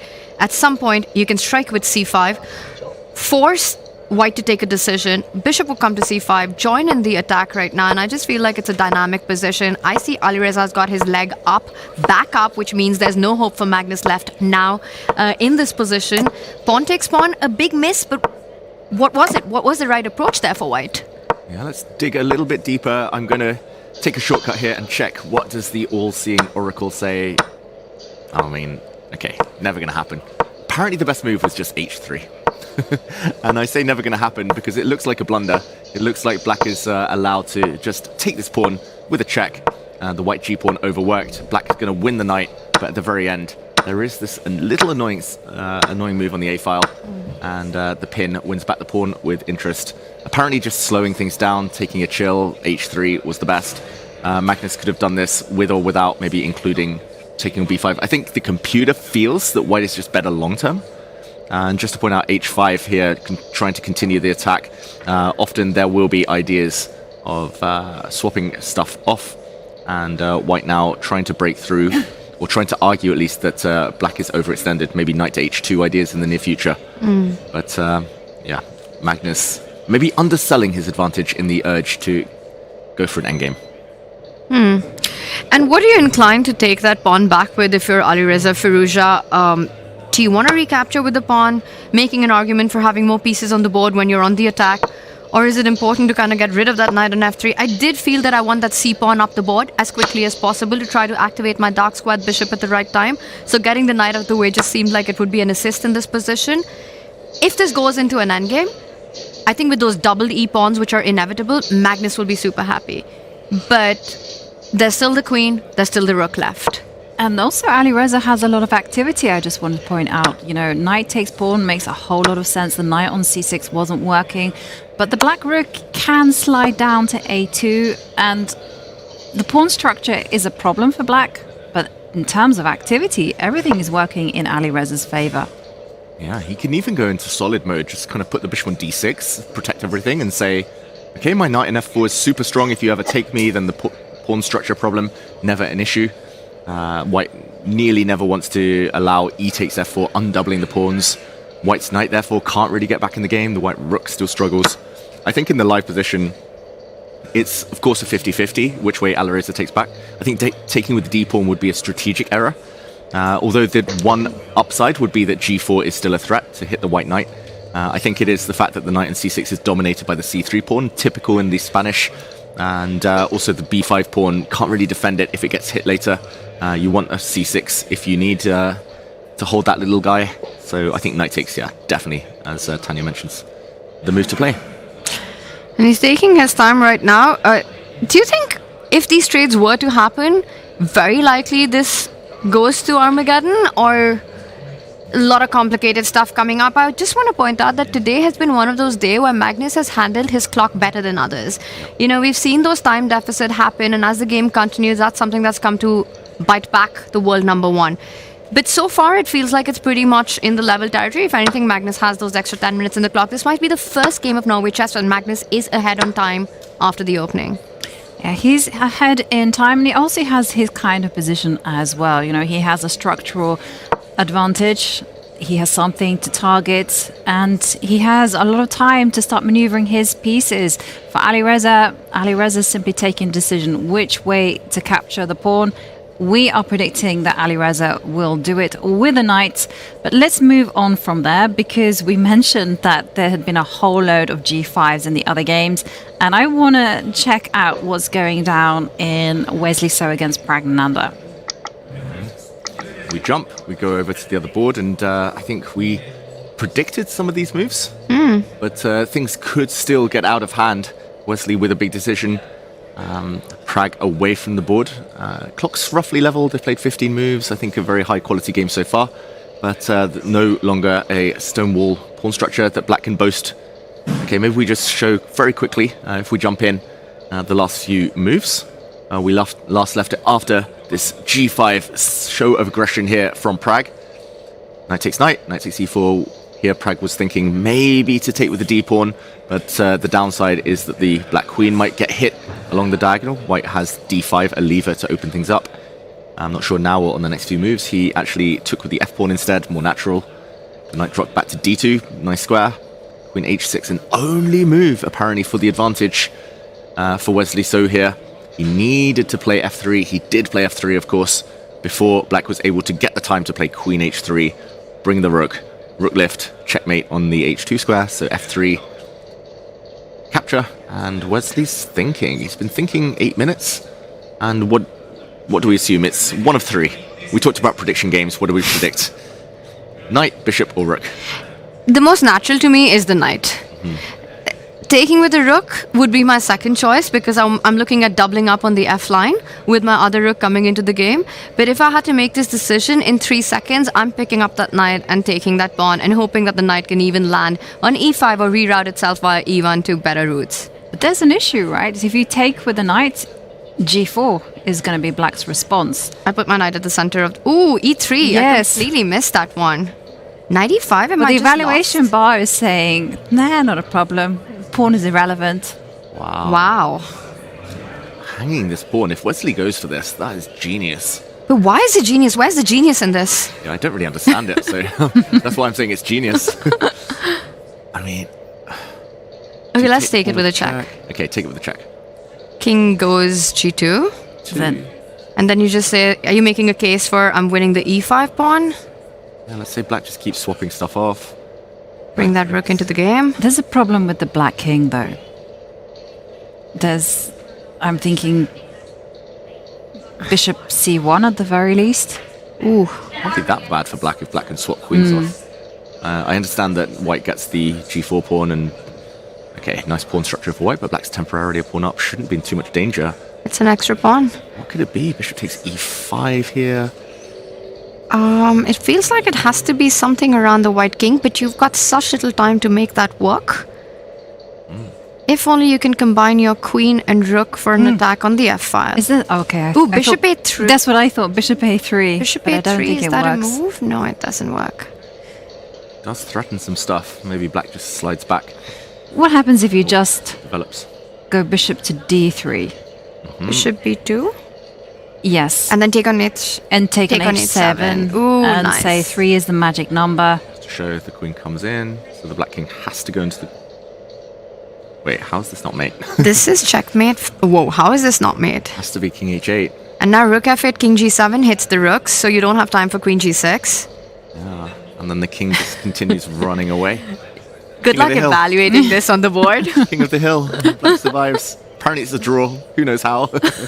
Probably it's a draw by perpetual check somehow, and we have to... Wow, what a line. Wow. If this Crazy. that would be insane, but...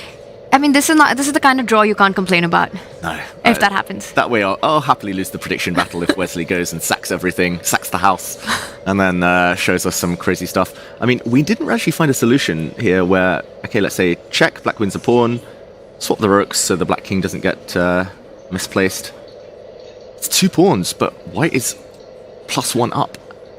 How could this be? Bishop takes g4, doesn't feel like it's too special.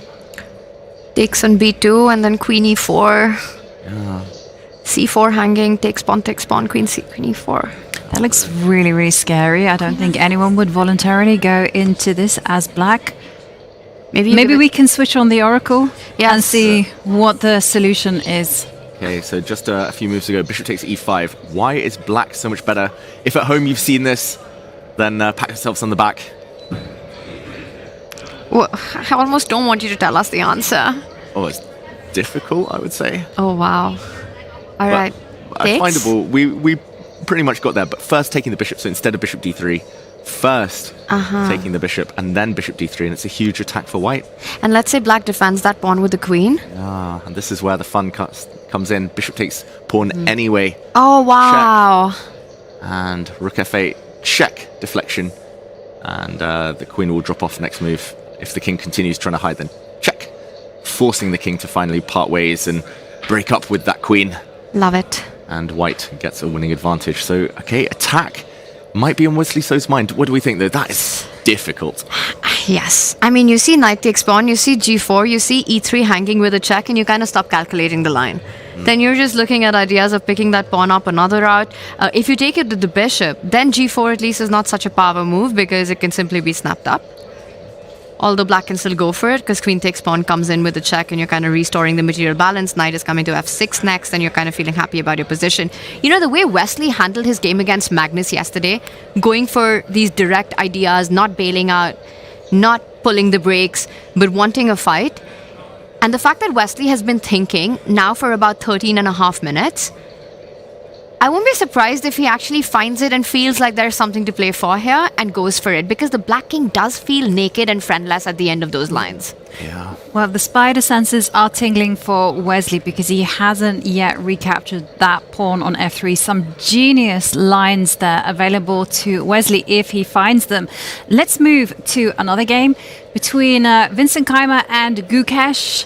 We saw Vincent employ an anti-youth opening. And as we see Gukesh not looking entirely happy, let's actually hear direct from the man himself as Gukesh has entered the confessional. Ooh. Interesting game so far. I didn't recall the opening exactly, but I remember I played a game with white where my opponent went bishop e7, so I thought it might be interesting to try it out.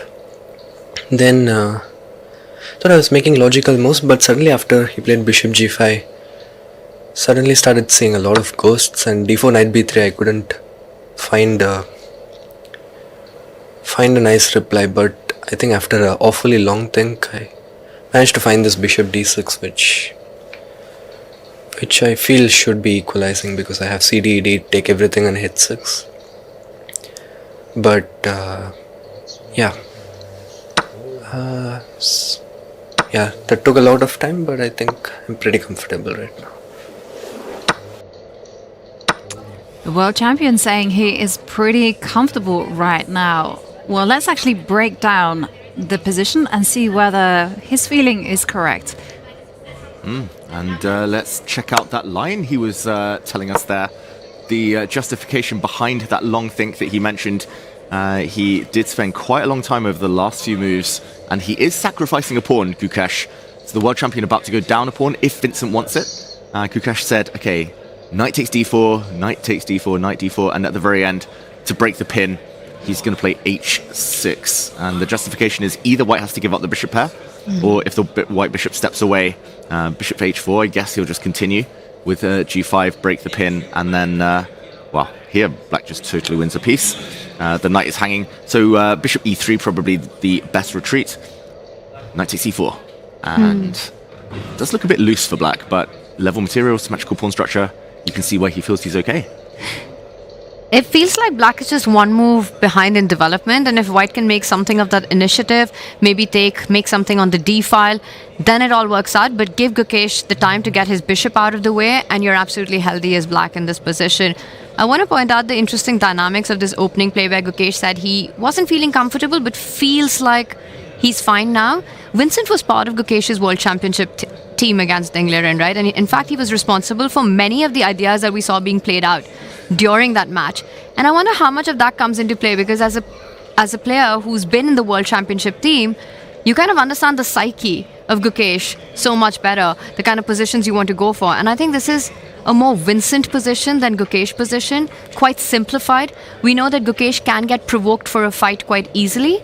So I'm just thinking in my head, if for Vincent that's part of the plan, to kind of make Gukesh go into lines where he tried to look for a game.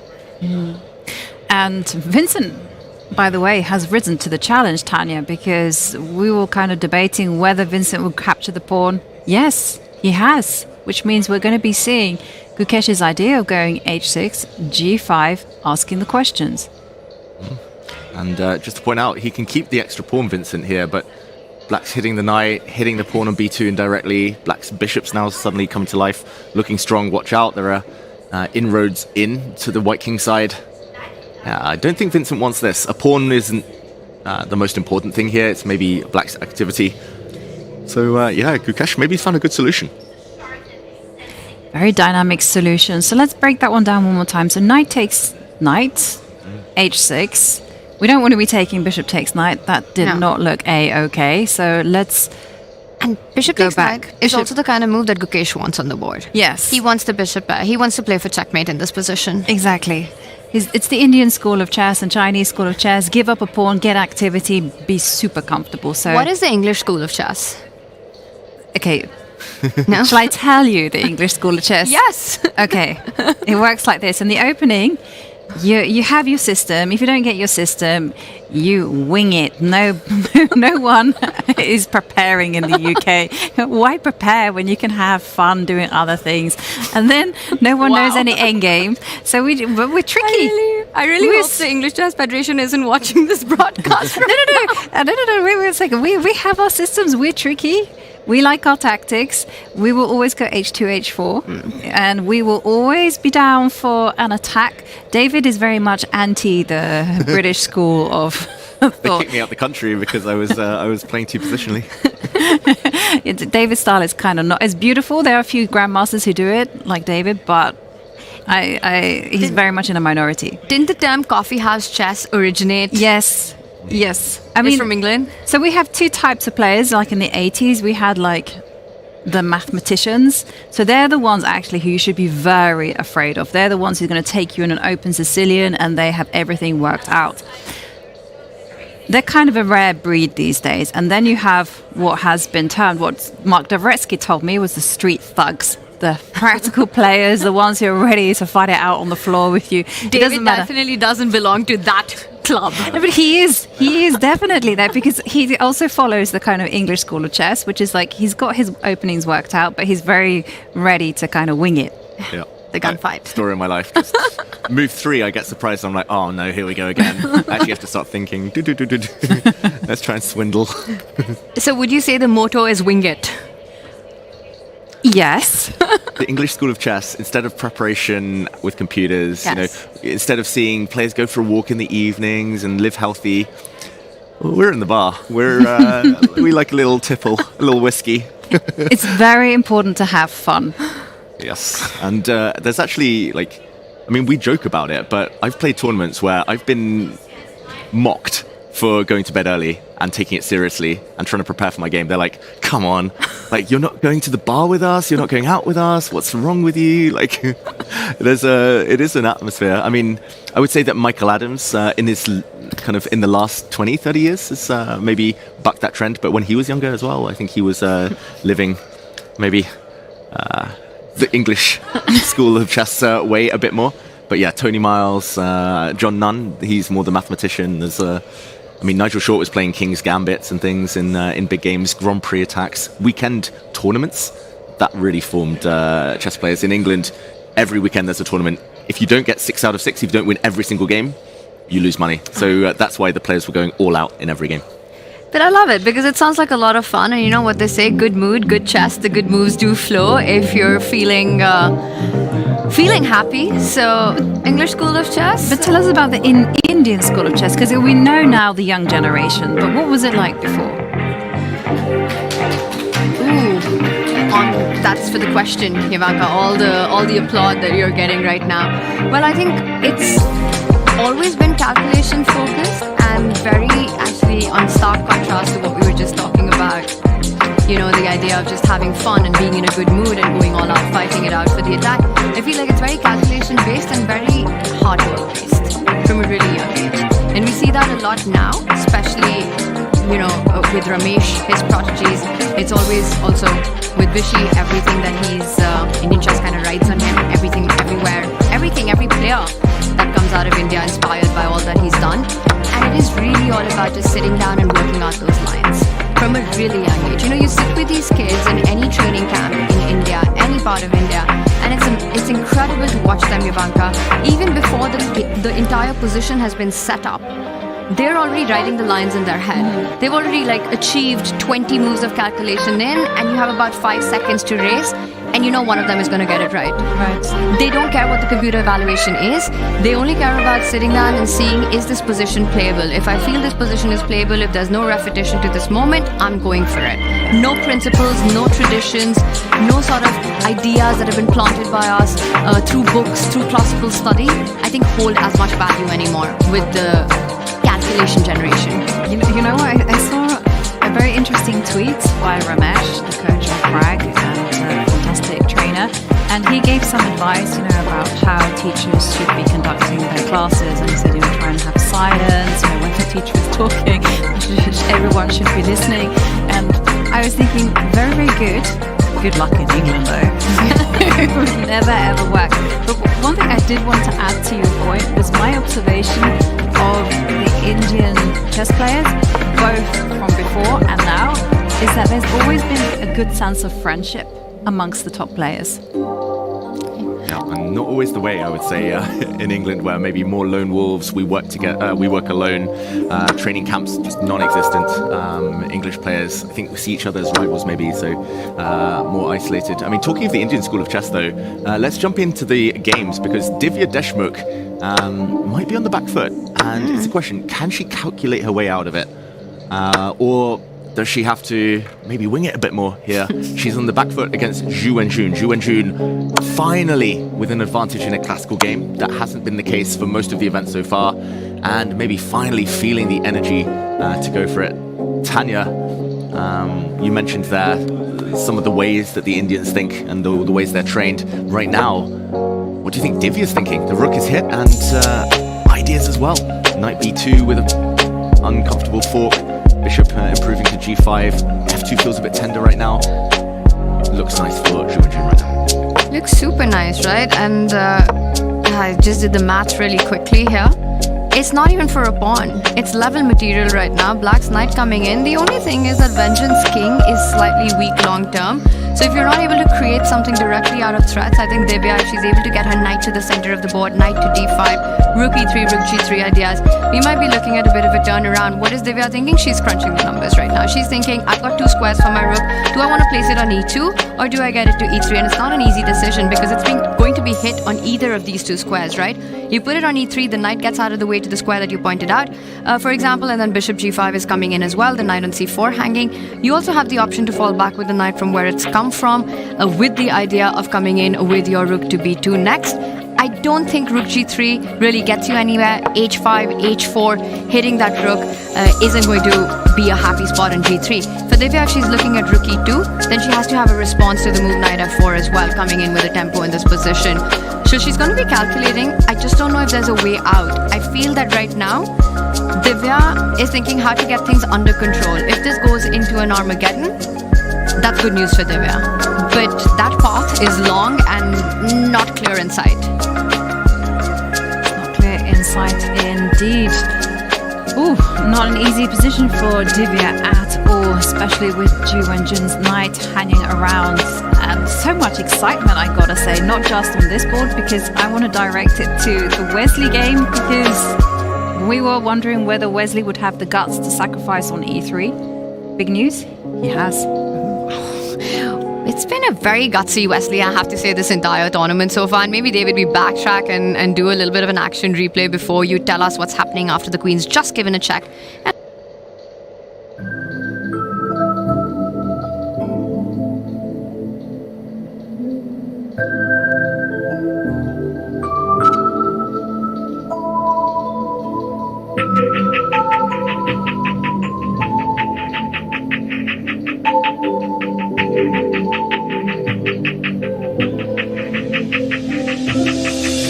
So he hasn't given up the e3 pawn, but it was Prague giving up the g pawn that forced this sequence.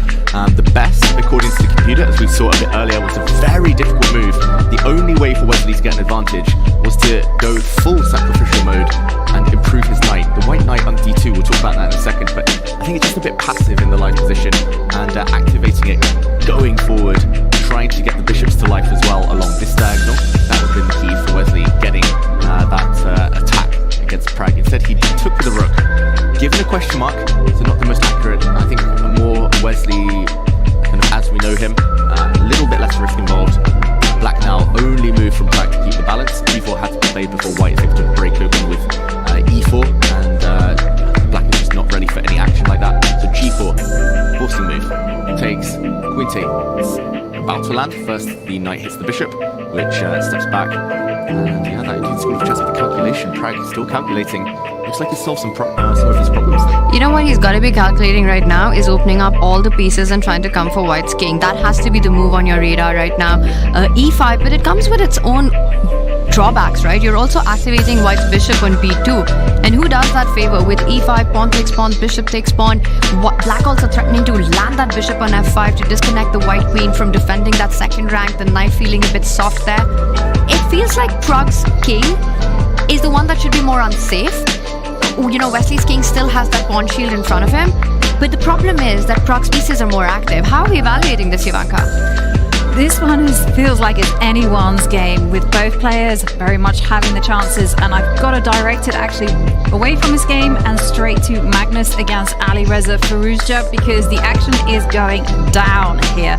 As we can see from the live board, Magnus's queen has made an appearance on d7. There have been changes in the structure. Let's do an action replay and see what exactly happened.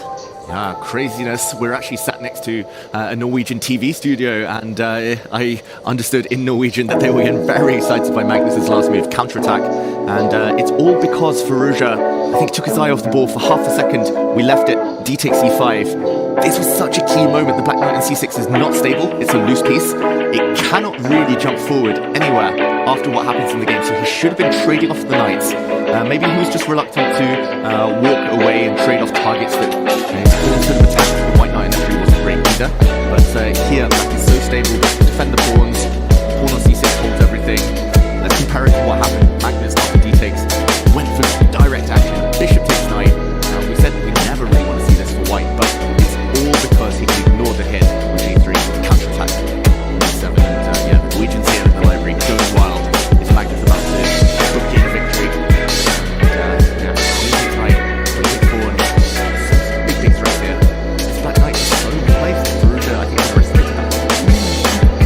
Norwegian School of Chess has one book which is called Greatest Games of Magnus Carlsen, and this one might go down in that with the way he's handled the pressure and kind of turning things around. The queens come in, the knights are hanging currently, but this is pretty wild, right? Because black's king kind of opened because of Alireza's over-expansion on that right side. Once the F line opens up as well, that queen attacking every single pawn on the board, I can see its pressure on Alireza, and look at him on the camera. It felt like he's trying to navigate his way through but isn't finding a clear path forward. He's not happy at all because you can't move that knight from c6. As soon as you touch that knight, the white knight is going to spring into the middle of the board, start asking the questions. And if you're forced, as you guys have been indicated, to go pawn takes knight, the F line is going to be opening. And let's definitely look at it. Queen takes knight, obviously, is going to be his move, attacking the rook. And then the question is, like, white take on f2, can not take on h2 and try to close the lines. And oh wow, you see that's already a huge misstep because the white king uses that pawn as a, what do you call it, double agent, shield, umbrella, absolutely. And there's no, how to handle this. All the pawns on the queen side can fall off.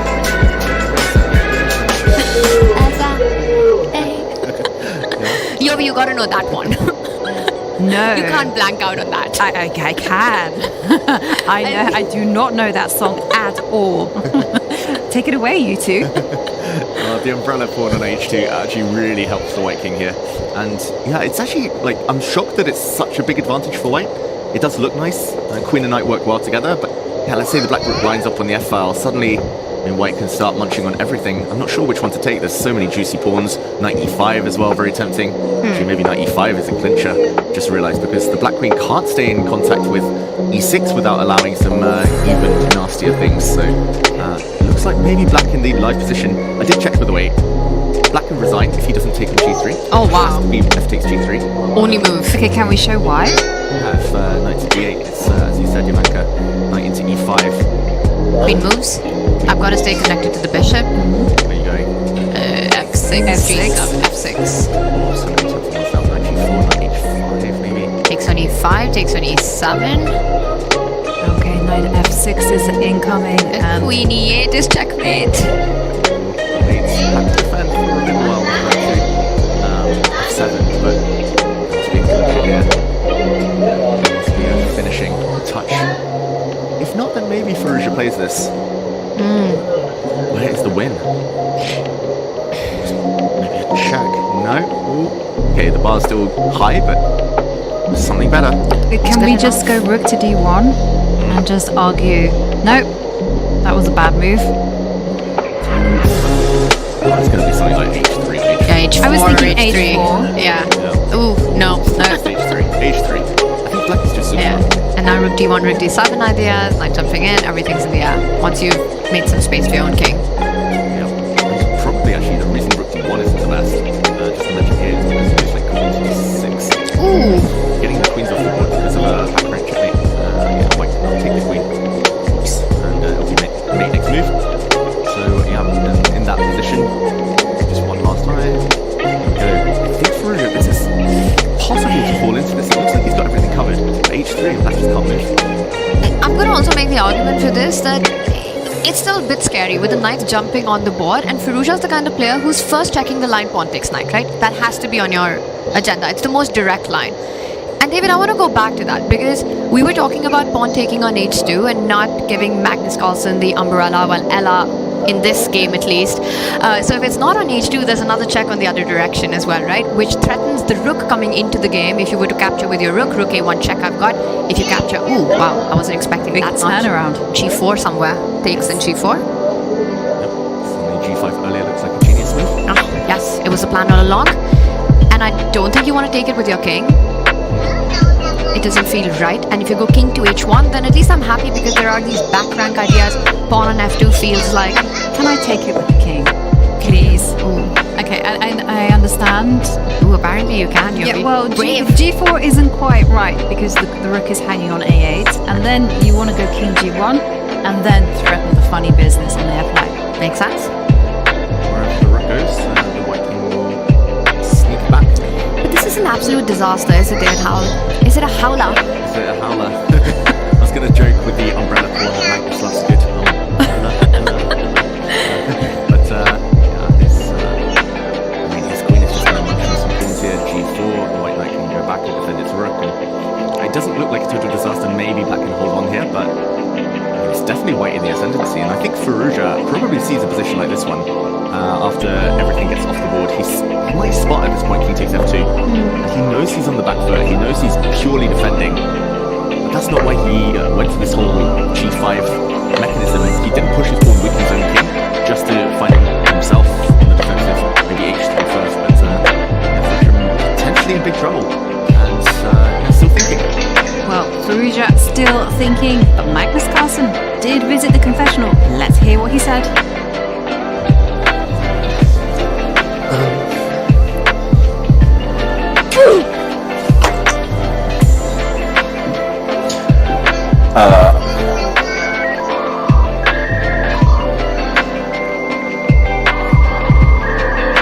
I don't even remember.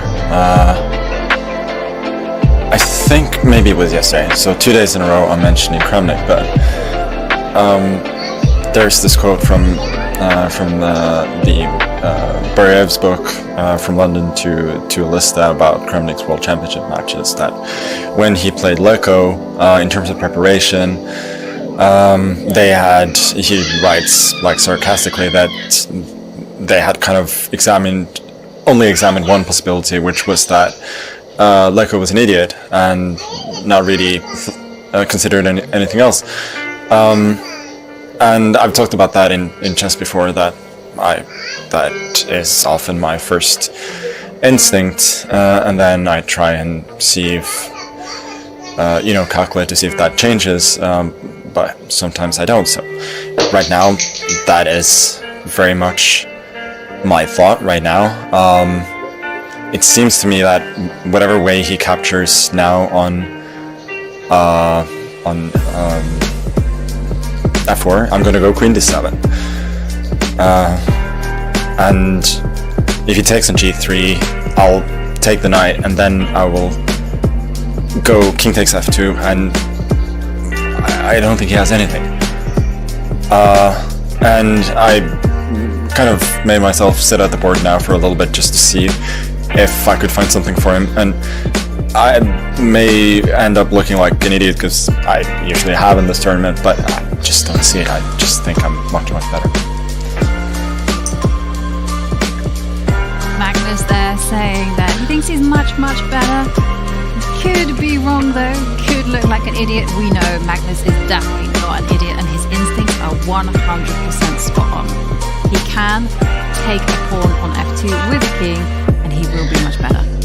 He's seen it all, he's worked it out, and I think it's a noticeable difference today. Magnus with time on the clock, more relaxed, he's actually seeing things, he's playing openings from over 10 years ago that he knows really well. I think this is what has been missing the last few days. He's been trying new things, he's been trying to push himself, he's been trying to get really curious about new positions early on, and burning time, blunders later.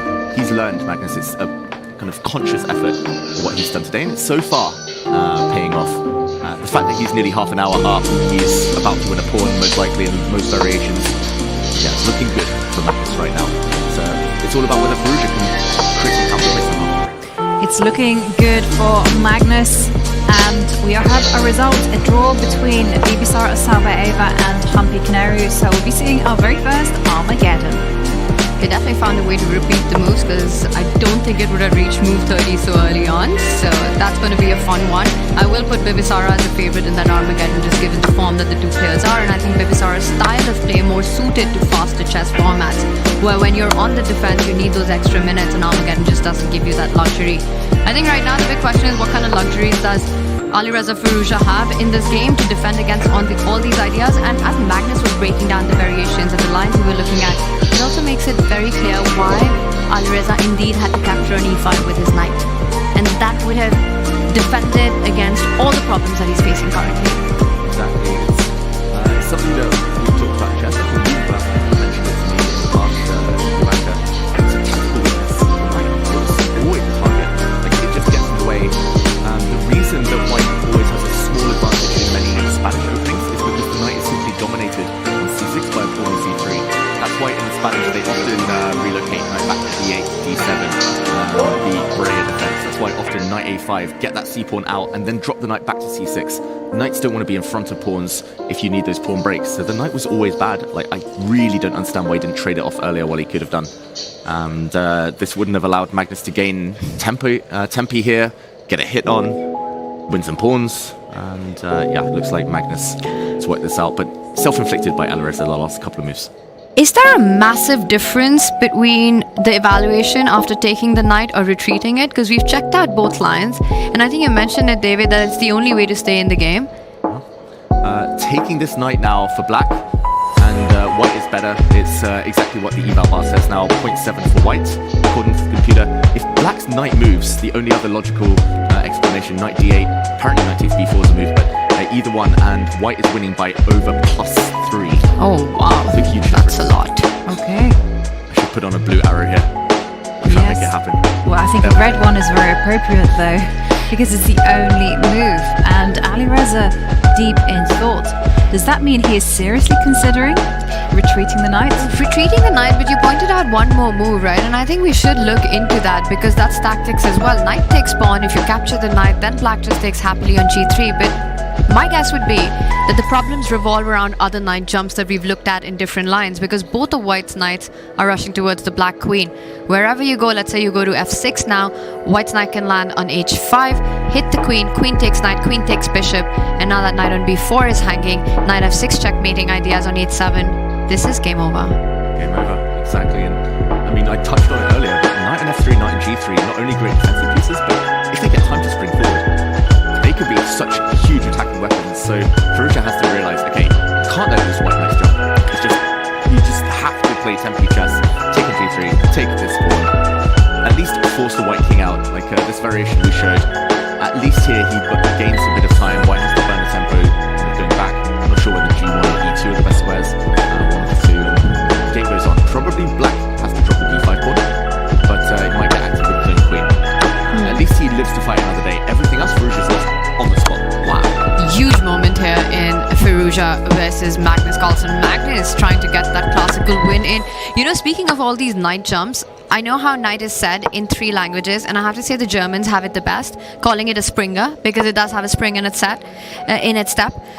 In English, it's the knight. I'm not sure how much that relates to it. In Hindi, we call it Ghoda, which is sort of the Hindi for horse. So also not exactly, but I think in this game especially, it's quite the Springer.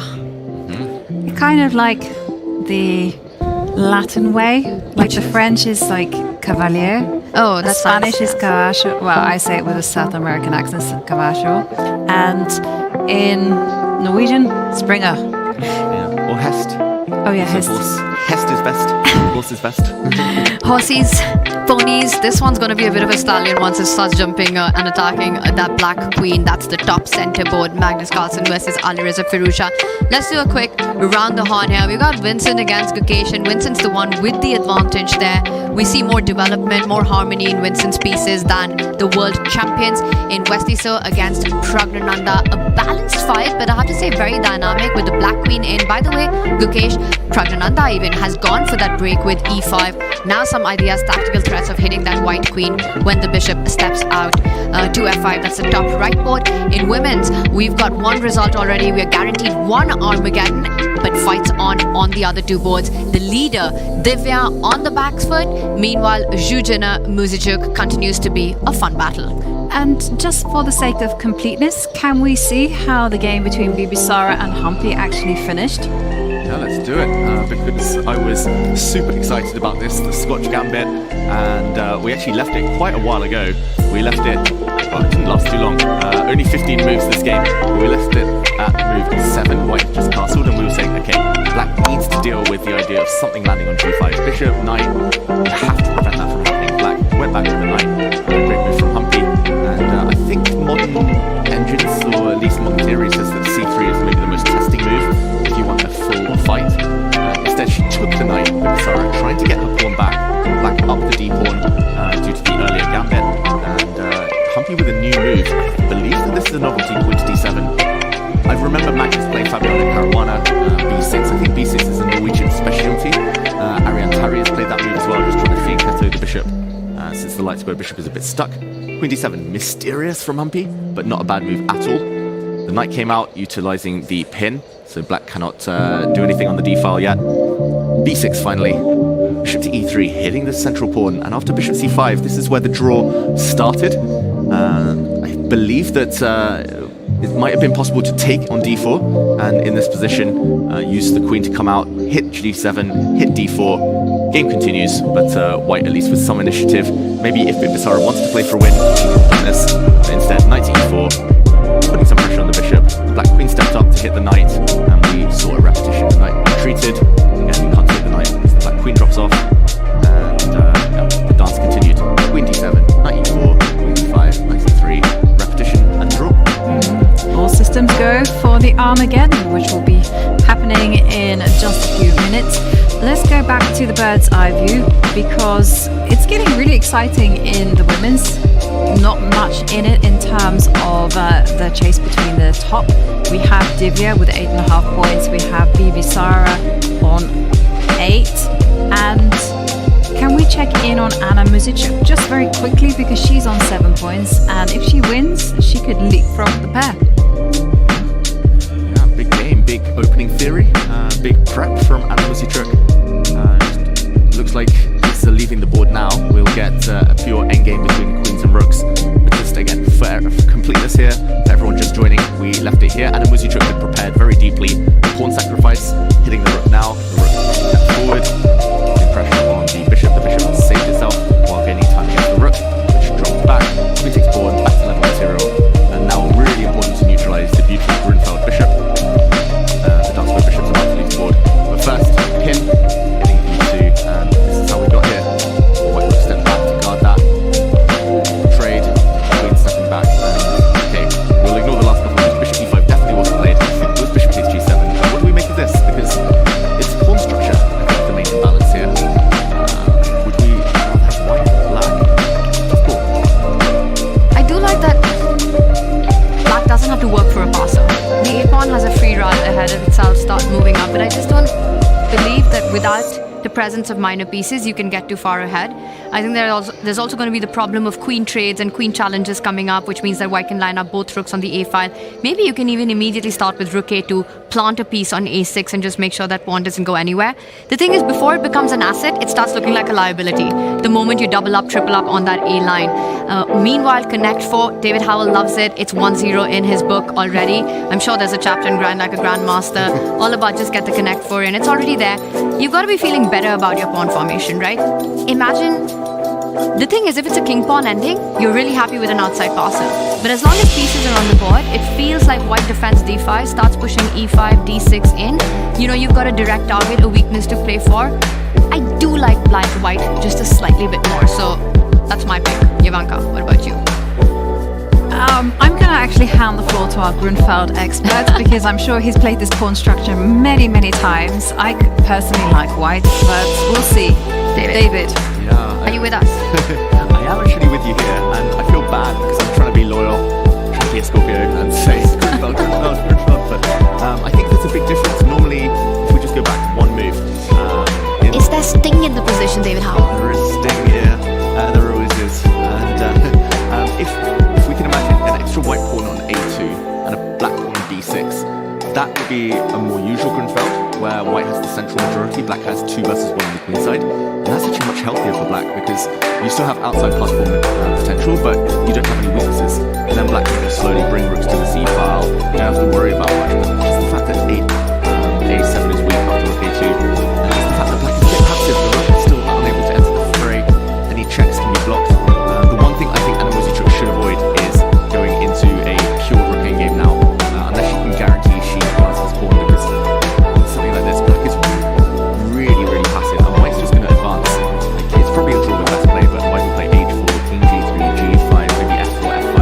Black tied up is going to suffer a lot. Attacking on d4, centralize it, push all your pawns forward, put that rook on a6, black just into passivity in this one, which means that if you're Anna Muzicuk, you need to avoid the queen trade. Our live board's still catching up with this, and while it does that, should we zoom out? Jovanka. Well, not quite yet, because I got exciting news for all our Twitch watchers as we get ready to go on a break. Because take a look at this. Don't just watch on Twitch, get rewarded for it. You can earn points by chatting and by winning predictions. Bonus drops for follows, subs and raids. And I gotta ask Tanya and David, which one of these rewards would you go for? That's a great question. Easy pick. I need 200,000 points for a daily game against Big. He beat me last year in friendly when I was a bit hungover. I need revenge, so 200,000 points is what I need. I'm gonna go for the 10% discount. Tough fight for me on that one, but I want 500,000 points because I want that discount on merch, and I already know what I'm getting. I'm getting the chesscom plushies for myself. We have a chesscom plushies are very nice. I can also just affirm that the quality on the chess.com t-shirts are absolutely fantastic, and the mouse pads, they are something else. They will really elevate your desk. So I'm just gushing about the merch, but I'm with Tanya and we are going to go on a short break because when we return, there's so much fire on the board, it's going to be hot to handle.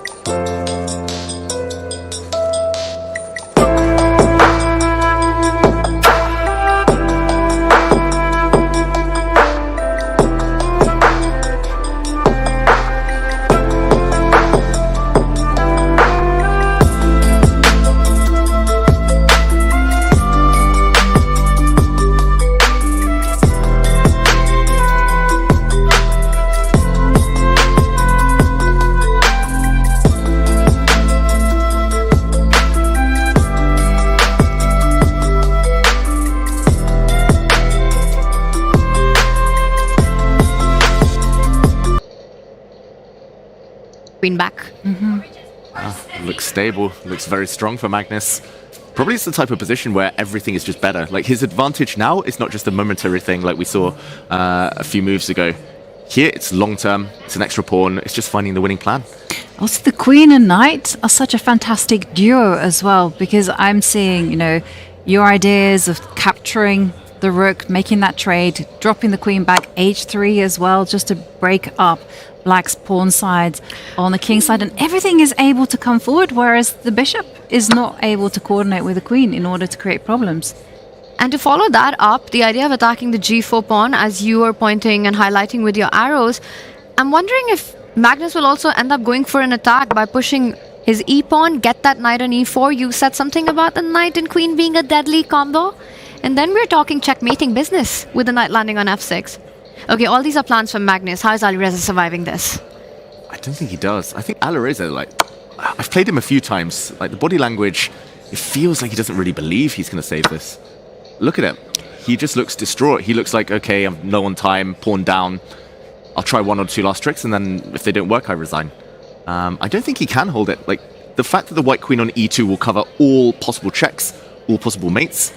Like, white can start pushing pawns. I love that e5, knight e4 as well. I love h3 as well, just breaking that mating net just in case. Magnus yesterday should have put his king on h3 against Wesley. Maybe today he'll learn from that error and do the same. It feels like Firouzja doesn't really believe, and I don't see anything for black. I think the key is that Magnus doesn't need to find only moves. And, for a change, he's got enough time on the clock to work everything out. Usually by this point, Magnus is the one playing with the big deficit. He's the one playing on minutes. And we are currently on move 31. Alireza Firouzja still has 9 moves to make with 4 minutes on the clock. In an extremely difficult position against the world number 1. You're down a pawn, you're playing for tricks, kind of failing to find them. Ooh. And the leg is back up for Alireza as he finds himself in a very difficult position, because Magnus is now in his element. Not only is he ahead in time, he's got an extra pawn to boot, he also has a concrete plan. We've discussed many times that there are targets that white can start attacking pawns on g5, e6. The knight just needs to get mobilized. And for Alireza, it's so difficult to coordinate the pieces. But there's always hope. In a queen endgame, there's always a chance of a perpetual check. It's the hope that kills you, though. As my favorite Ted Lasso episode goes. Sometimes you just have to hope. You just have to play for tricks. But yeah, Alireza. I did see a featured chat from Ozymandia, I think it was, saying, okay, at least you have the bishop. At least you have the bishop. It's an open board.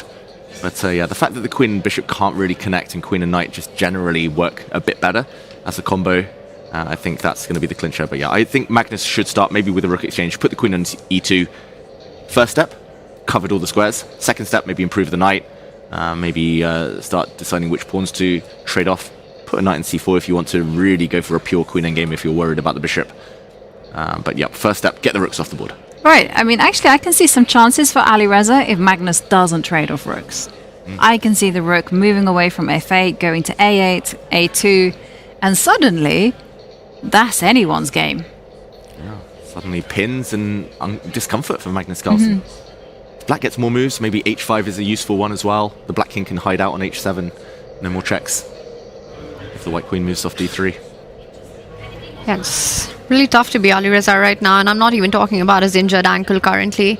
It's fine if you're down a pawn, but you want to make counterplay. You want enough pieces to be able to set up those tricks, and the more you look at this position, the more you realize that g-pawn, it's vulnerable for black in so many positions. The bishop on b6 sits on a nice diagonal, but no piece to really assist it. For Alireza Firouzja, he needs a big helping hand from Magnus Carlsen to survive this one. And what a turnaround that would be on our standings if Magnus finishes the job in this. He gets 3 points. Suddenly he's back up on the leaderboard. Alireza Firouzja for the first time will not be leading Norway chess since round 1.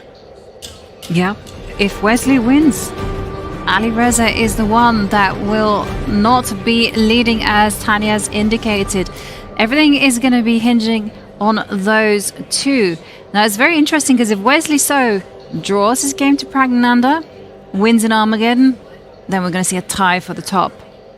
But Wesley So, as we've seen, has a very sharp position. And Magnus Carlsen, if he wins, Suddenly he will start rocketing up the standings. You gotta love the leapfrogging that happens in the standings at Norway Chess simply because of the scoring system. 3 point for a classical win just incentivizes the players to play so much more fighting chess, to not go for those quick draws, because sure, in the Armageddon you get a decisive result, but not enough points. Exactly, just 1.5 points.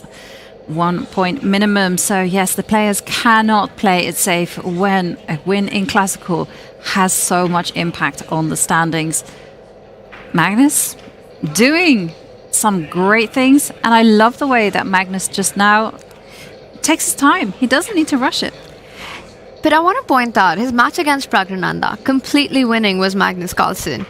And then started to get a bit too creative and things went out of control, ended up losing that game. Yes, it was a very different fight, a very different battle. But David, form has been a big question around the world number one. Yeah, and it's the fact that he's lost 3 games this tournament, but they've all been different styles. One of them was in the balance against Firouzja, then just kind of panicked as soon as the first sign of tactics started to appear. Against Prag, up and down, tried to be too creative, no time, total self-destruct. Yesterday, just slowly outplayed by Wesley. The lack of form, normally that shows in a kind of a lack of killer instinct, so that's the one thing. Magnus has had some small chances. Prag couldn't finish him off. And Vincent couldn't finish him off in the classical. So killer instinct, that's why we see Magnus thinking. But the fact that he has so much time, that is the one difference between every other game up to this point and today. Magnus still has nearly 40 minutes. And just the time advantage alone should be enough to guide him towards victory. Yeah, and also the fact that Magnus is in his element. This is the type of chess that he, quite frankly, excels at. He's the best in the world, perhaps the best we've ever seen in those type of positions. Going to our bird's eye view, I can see that it's super sharp everywhere we turn, barring Zhuzhina against Anna Muzichuk. That should be fizzling out into a draw. Where to go? We are spoilt for choice. And I will point out on that bottom right board as well, while it's equal, it's Zhuzhina who has an extra pawn, but Anna Muzichuk's doubled rooks on the second rank gives so much counterplay there. White's king stuck in the corner, White's rook stuck to defend the g2 pawn, most likely heading into an Armageddon. Divya Deshmukh really struggling in this middle game. Black's pieces, pawns coming towards White's king. That's the bottom left board. Wesley So against Pragnananda. We've been talking about this as the game for all 3 results. By the way, Wesley So hinting at a queen trade in that one, top right, that the last move hits the black queen and the knight on f6. Now, we should also mention Vincent Keimer on the top left green board is a pawn up against Gukash. There's a big threat on the board as well, so I just wonder, maybe we quickly visit that one, just because there is a material imbalance. But for anyone at home wondering, this is a good scenario for the bishop versus the knight, if the bishop can stay on the board. Just to show the last couple of moves, we won't go the whole way back, but just the last couple of moves, there was maximum pressure on the C and B lines here from the white rooks. But here, Gukash, the world champion, found the only way to hold on, the only way to keep the balance, to force a minor piece trade here. Knight back to c5, hitting the queen, defending the all-important b7 pawn. White had to give up the bishop to capture that pawn. And at the end, rook c8, really nice move. Discovered check threatened because the white rook is hanging.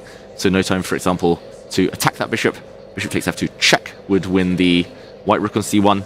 And because White has to take a time out and deal with that, a move like king f1, I'm expecting maybe something like rook to c6, the black bishop to drop back, and then the black rooks are getting active. There's targets in the position. e5 is not such a useful pawn. If anything, it's a target. I completely agree, and the black bishop a better piece than the white knight right now, having a direct threat on that f2 once the rook lines up on the second rank. Feels like sufficient compensation if you're Gukesh for the pawn that you've lost in this game. So most likely headed into an Armageddon, this one. Let's just check in with Magnus, because there have been moves, and we know Alireza's clock has been ticking down. The most important marquee matchup of the round right now, and David, the rooks got traded off on f8. Magnus went for the line we were talking about, drops back with the queen, hit the pawn on g4. I don't know if you want to just do a quick action replay with h5 coming in, and the last move, h3, with the big idea of pawn takes pawn. Let's just show how this all happened. Yeah. h5, h3, and Magnus wants the light squares. He's going to create an isolated pawn. Big advantage for White. Yeah. And we are going to go on a super quick break, give you chance to top up your teas, your coffees, your popcorn, because we are going to break everything down and follow along the action right as it happens. See you in a few minutes.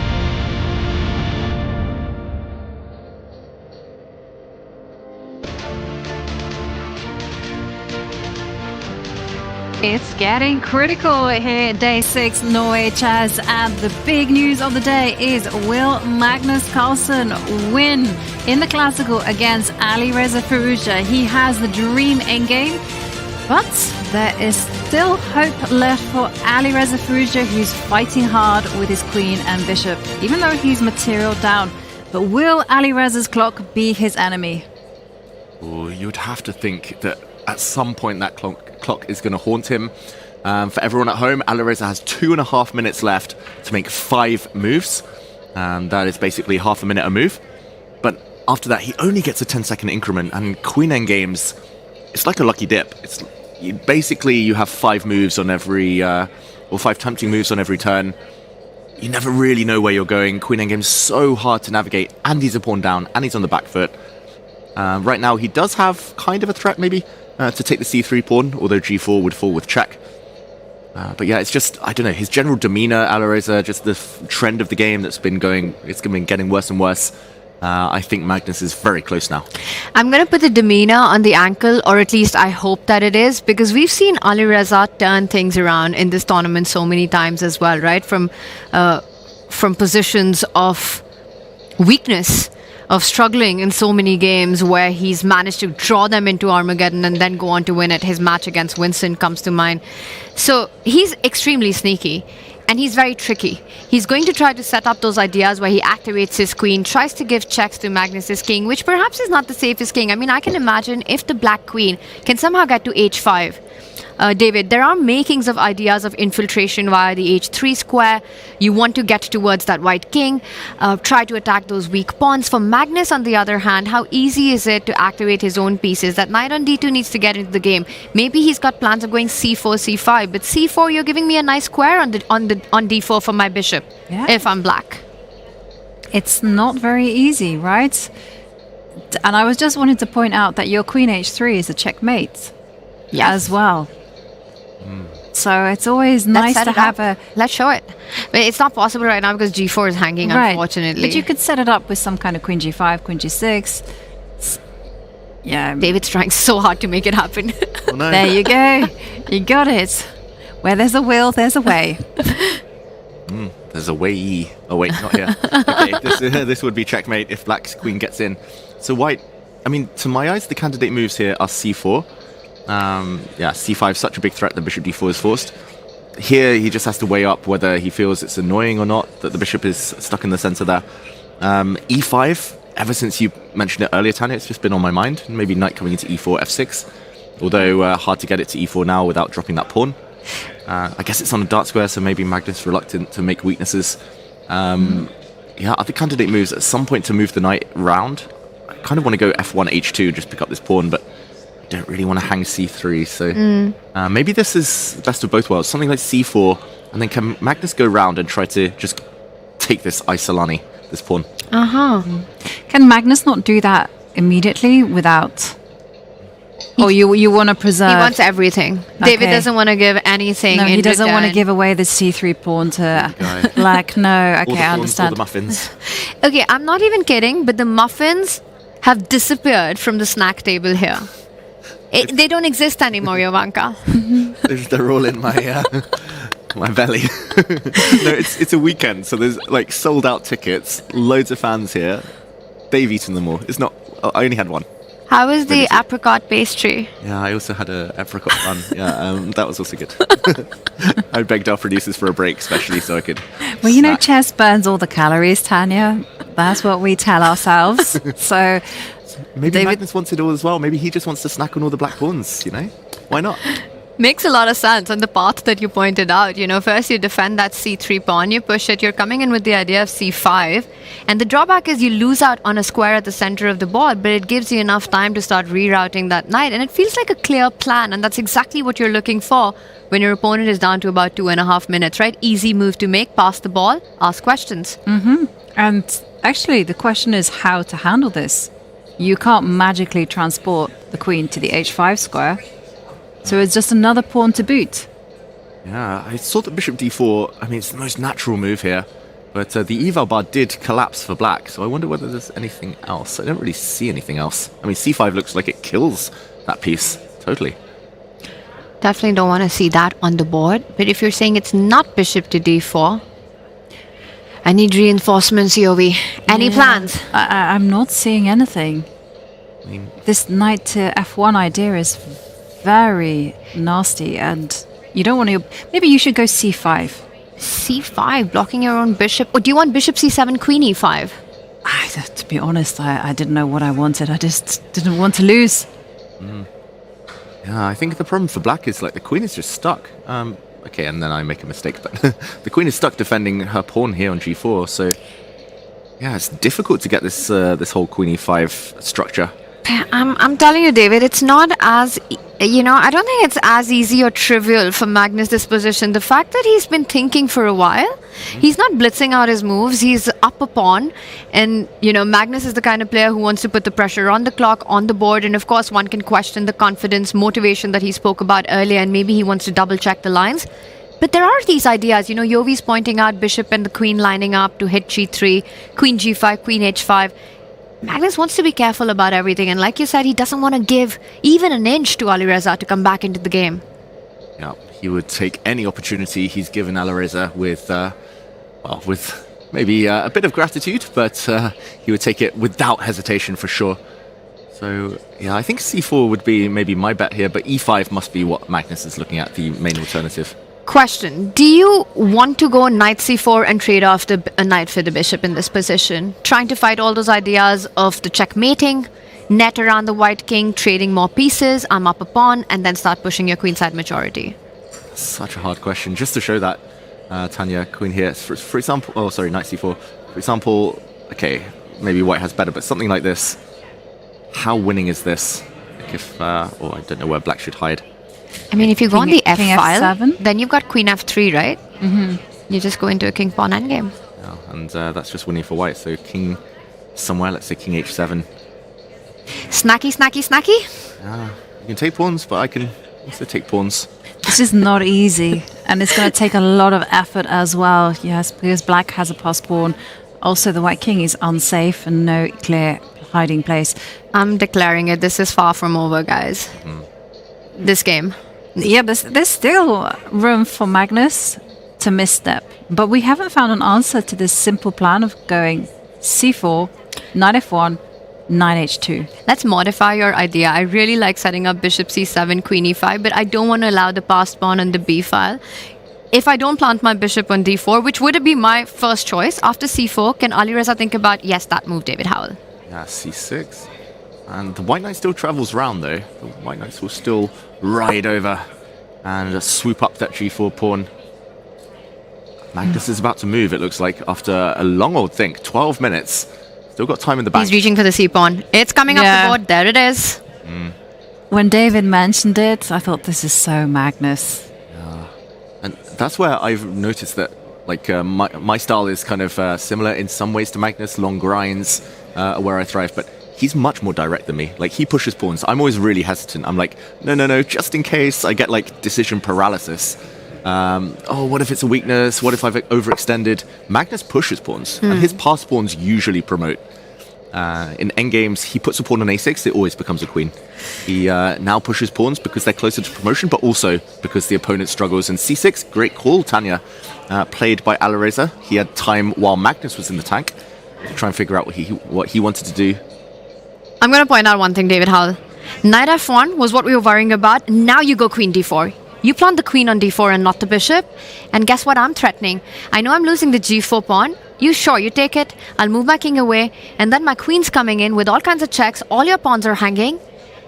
It doesn't work, but it's a threat. It's tricky. It's scary looking. Well, where to put the king, though? There. Apparently that was bad. I don't know why. Assuming that you can just c4. c5. Yeah. 5 will shut the door. Maybe king f7 just to protect the pawns, but I mean, I don't know. Still c5. Yeah, maybe c5. Oh, wow. Oh. Apparently not. Whoa. Oh, maybe Magnus decision time. Okay. He comes back with the knight. We're seeing this line being played out. Okay, we're headed in that direction. How is Alireza going to keep the game going with now under 2 minutes on the clock and 3 moves to go? And that didn't look very enthusiastic from Alireza. I think we might see a result here very shortly. Knight h2 from Magnus incoming. He has played king f8 though to free up his queen. He wants to play queen d4 without dropping the pawn with the check. Endgame skills, Magnus Carlsen. What do we think? Slightly more or slightly lower than 1.5 out of 10? Slightly more, slightly lower than his enthusiasm heading into today, according to the man himself. For those of you just joining us, Magnus said his motivation was only 1.5 out of 10 heading into the game, but I think a lot higher now. Endgame skills probably a bit higher too. Definitely. I think that 1.5 has... look at Magnus. He's so locked in right now. I would say it's a solid 10 on 10 to get this in the bag by Magnus. He's very motivated to close this out. Yeah, it can still also get choppy, right? You take a wrong decision, like I'm thinking if you go c5, looks very natural for white. The bishop will obviously drop back to c7, and then a queen will slide into c3. And there's still possibilities for white to go wrong. And you see the evaluation bar already saying that there's going to be problems. Because yes, you pick up the g pawn, but you also drop the b pawn as well, and there's a whole load of checks to boot. Yeah, it's funny that white just can't find coordination here. If white had 2 more moves and was able to take e6 as well as use the knight as a defensive/attacking piece soon, then I think white's winning. But black's just in time to grab pawns, maybe just in time to deliver some checks. We could see some perpetual checks depending on where the white king goes. Yeah, definitely not over. I don't think Magnus wants to put pawns on dark squares. I don't think he wants to see the queen arrive. So Alireza, it's so deceptive. Just that the way he made that move looked like he was defeated, but he's actually still alive. Absolutely. And we've got one more move on the board. The knight did step forward, hitting g4, and Alireza's queen swooping all the way to c3 right now. So knight h2, queen c3 on the board. And this is about to get very fun in these final few moments, reaching up to move 40. Knight h2, queen c3. Let's have that, David. Yep. Knight h2, queen c3 played. It's on the board. And now if you take on g4, it will be Alireza's pick, whether he goes on the offense or starts picking up some of Magnus's pawns, with b4 hanging currently. Magnus, as David's mentioned, is a greedy guy. Can he just play to keep everything preserved? b5. b5 and then pick up g4, and well, it's tempting, but the evaluation bar saying no. Yeah, saying it's good, but not winning. It's weird. It's like, if you're going to be 2 pawns up, surely you're either winning or black can force a draw. Like, how can it be somewhere in between? That's the confusing thing about this position. It looks like white's about to take this pawn, and black can threaten some mates, like queen d4, threatening a mate. Apparently bad. I guess you can take. White just takes and hides, but how does black fight on after b5? Is it... I guess I was going to say focusing on the g3 point. Even then, you've got to check on f2 and g4, and I was trying to work this out, and I'm not finding a way forward for black in this position. Let's say you take on g4. I never know where to put the king. Like, it looks like they're all the same, and then I put them on one square, it's equal. One square is totally winning for white. King e7. It's Russian roulette at this point. Oh, again. This time I realize I allow queen f6. Potentially. Wow.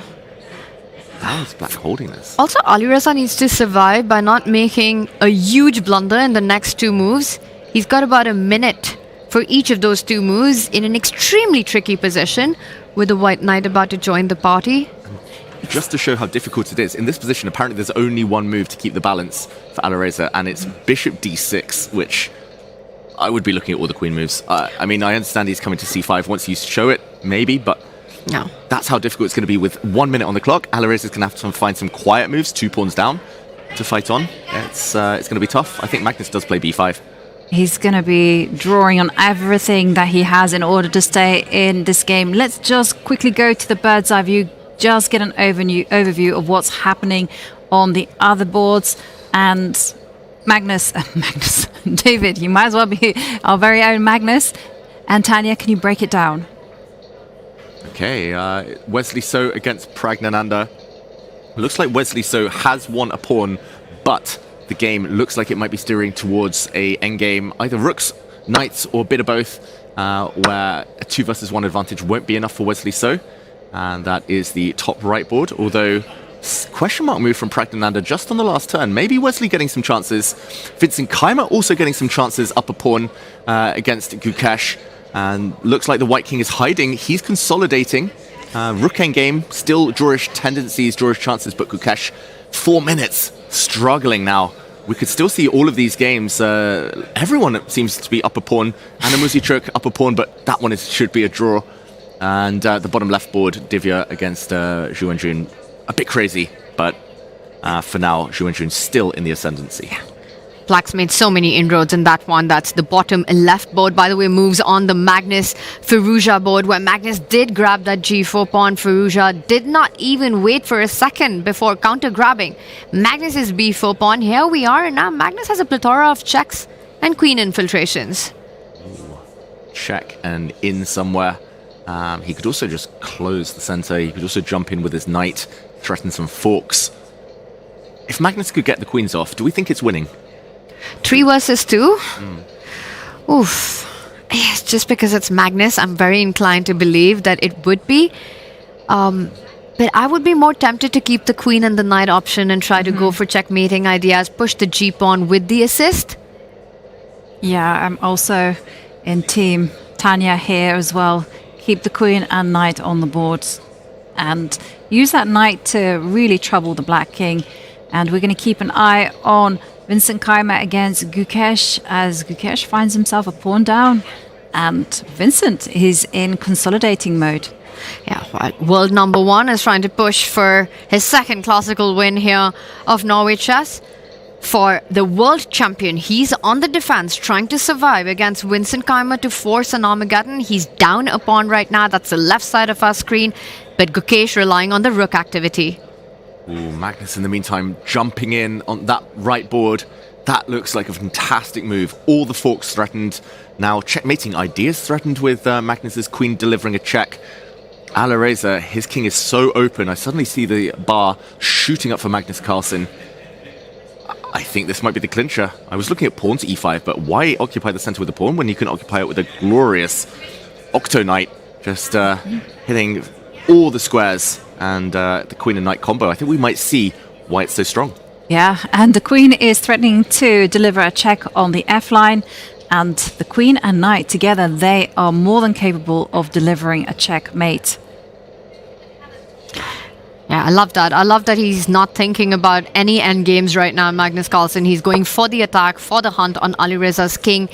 And it's not easy to respond to this position. You might be forced to withdraw with your pieces, get them closer to the black king if you're Alireza. Try to step back with your queen. He's reaching out, and did you see that hand gesture? He hits it. He hits his position. It's like, I don't want to play this move. What do I do? He is desperately trying to find a way to survive this. His whole idea is that if the queen checks on the f-line, the king will run towards the center and maybe black will be able to hold the position together. Maybe. That's not what Firouzja is thinking right now, though. He looks like he's accepted defeat almost. He has hit move 40, so he does get the 10-second increment now, but that shouldn't save him. Yeah. The feeling is that Magnus closes this out. With the queen coming in, you could play f3, you could play to h5, threatening that checkmate in one, forcing the black king to get on that march anyway towards the left flank. But I'm not sure if you're hiding for too long, if you're Alireza. Queen h7 check, forks in the air. It's a beautiful move.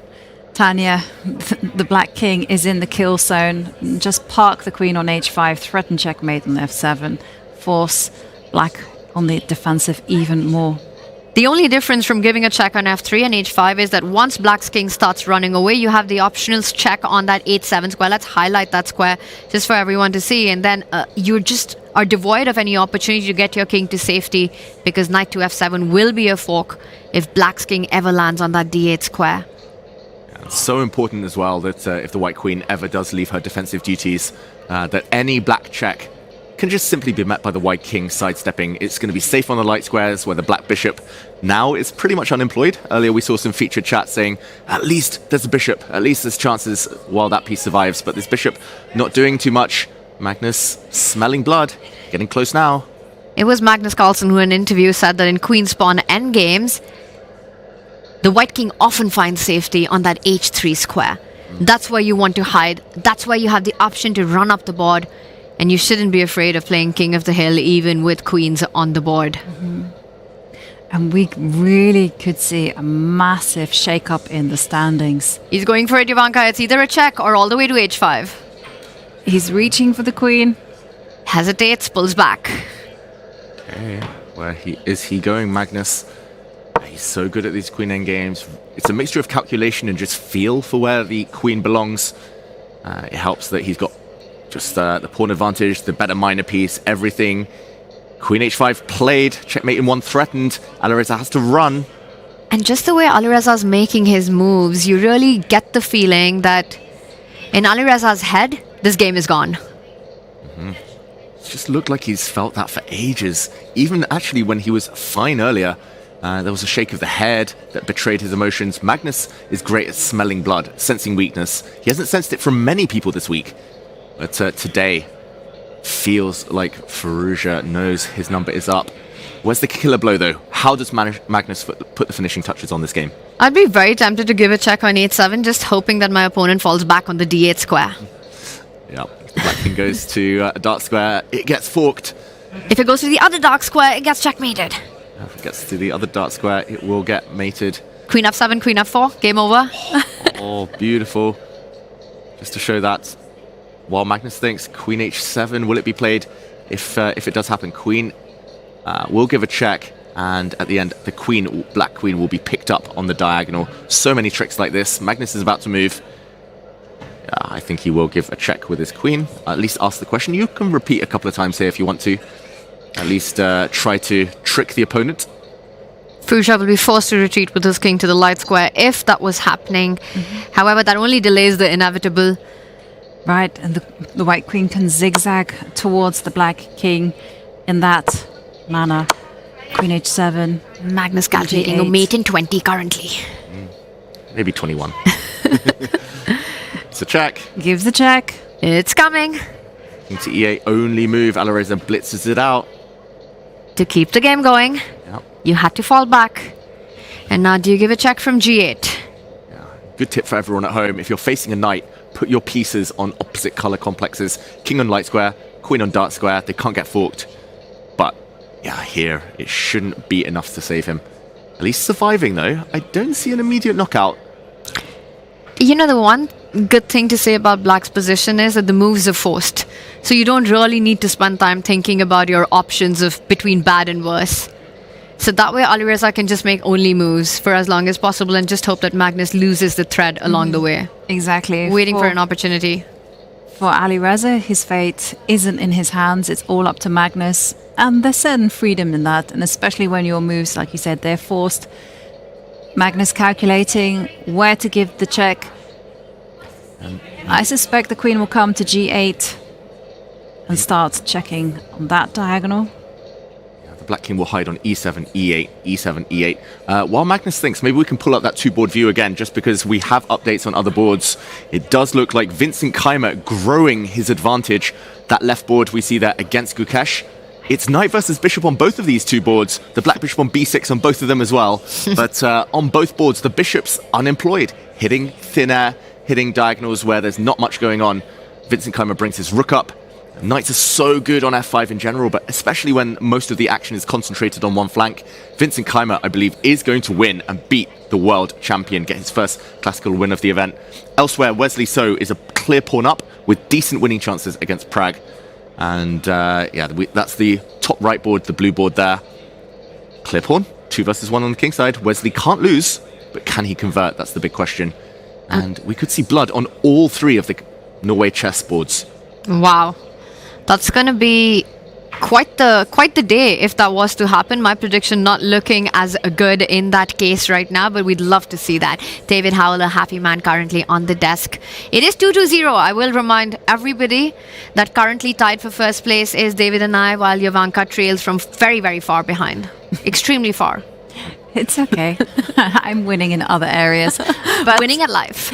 Yeah, I was going to say, also look at the clocks between Vincent and Gukesh. It's a similarity that is also seen in Carlsen Alireza, where the defender doesn't have too much time on the clock, and Magnus does give the check on g8, king to e7, and will the queen go to f7? Will she deliver another check on g7? Magnus just looking to put the finishing touches. As is Vincent Keimer, who also delivered a check to Gukesh's king, sliding it now to f8 and trying to hide from checkmating ideas. Gukesh's king arrives on that e8 square currently as Vincent's knight has rerouted itself to the center of the board. The rook hit currently. Do you move it? Do you go for tactics in this position? Are there tactics in this position with the black rook hanging as well? Yeah, let's quickly jump in because Gukesh is down to 30 seconds, living life on the edge. He has made the time control, but just to highlight Tanya's point, White's last couple of moves, he gave a check. The king had to walk towards the center. The knight dropped back, hitting the black rook and counterattack from Gukesh. So the rook is hit, but black's rook is hanging. I mean, I'd be looking at taking this pawn, trying to do something with the rook, and then getting the black rook. Although the black rook can also sacrifice itself potentially for some pawns. Vincent Keimer, he can also move his rook to safety. The white knight's so strong. Feels like there's an attack against the black king, but how to make it work? He's going to take that a7 pawn. That's what he's going to do. So that when you capture it with your bishop, white takes the rook back. Sorry, when you take the pawn on g3, white takes the rook back. And then you take my rook, and I've got another fork to finish things out. Yeah, deadly fork. Leaving the black king on e8 could be key here. The question of a check, I guess, is still there. But yeah, when the dust settles, white's got so many winning moves. Probably to bring the rook in looks good. You could probably swap rooks because you're a clear pawn up. The a pawn will be a beautiful distraction later, and black won't be able to survive this. If Keimer does it, this is going to be his first win of Norway chess. He'll do it in the classical, and that too against the world champion. Exactly, and also he will suddenly find his rhythm, because that's what's been missing in his other games. He hasn't quite managed to put the boot in. Here, rook takes a7 would be such a stylish finish. Oh, apparently f5 as well is like an immediate knockout here. Hitting one rook, not just one rook, but a second rook. And Gukesh just can't hold on. Oof. And huge action on the Divya Wenjun board as well, as Wenjun, the 5-time women's world champion, is putting the finishing touches in her battle against World Cup winner Divya Deshmukh. Wenjun winless as well in the tournament so far, about to take down tournament leader. It's a piece. She can just pocket this piece right now. I'm not really sure what she's calculating. I guess it has to be pawn to e5, hitting the bishop, hitting black's rook, and if she can find a solution here, she wins the game. It's not immediately obvious though. It's not as obvious as the eval bar dictates. Around 3 minutes each right now. Black can profit by a few pawns. Black can go take the e pawn, go take the a pawn. Black will be 2, maybe 3 pawns up in most positions, but it's not over. It's not as over as I first thought. And just to show Zhu Wenjun, it was a beautiful sacrifice a few moves ago here. So active with their pieces. The knight in f4 giving itself up. There was a brilliant move, just to point this out. And this is where we stand right now. And the clocks are ticking for both players now, under 3 minutes, and still 3 moves to go to make it to time control. But we are back to our marquee matchup right now. Magnus Carlsen still trying to find a way to give the knockout blow. He gave another check. The black king back to e8, and Magnus makes a slow move. Now that the knight is defended, he brings his king up to the dream square in queen's pawn endgame. And is he about to make the magic 3 number appear with the king, knight, and queen coming for the kill? And Alireza down to 15 seconds. He has to come up with a move. He sets up a pin, while white can easily dodge that by just giving another check. What will Magnus play? Give a bunch of checks here. The one that catches my eye is this check, keeping on the same diagonal as the black bishop, because when the king steps forward, you can, at the very least, munch a pawn with a check, and the white queen will swoop back to grab the bishop. That will be a 2-pawn advantage. That's an unlosable advantage. And Magnus, he's going for the corner. He's found it. He finds the tactical trick, and I think Alireza Firouzja also will spot it. Knight takes pawn, and it will be lights out for Firouzja.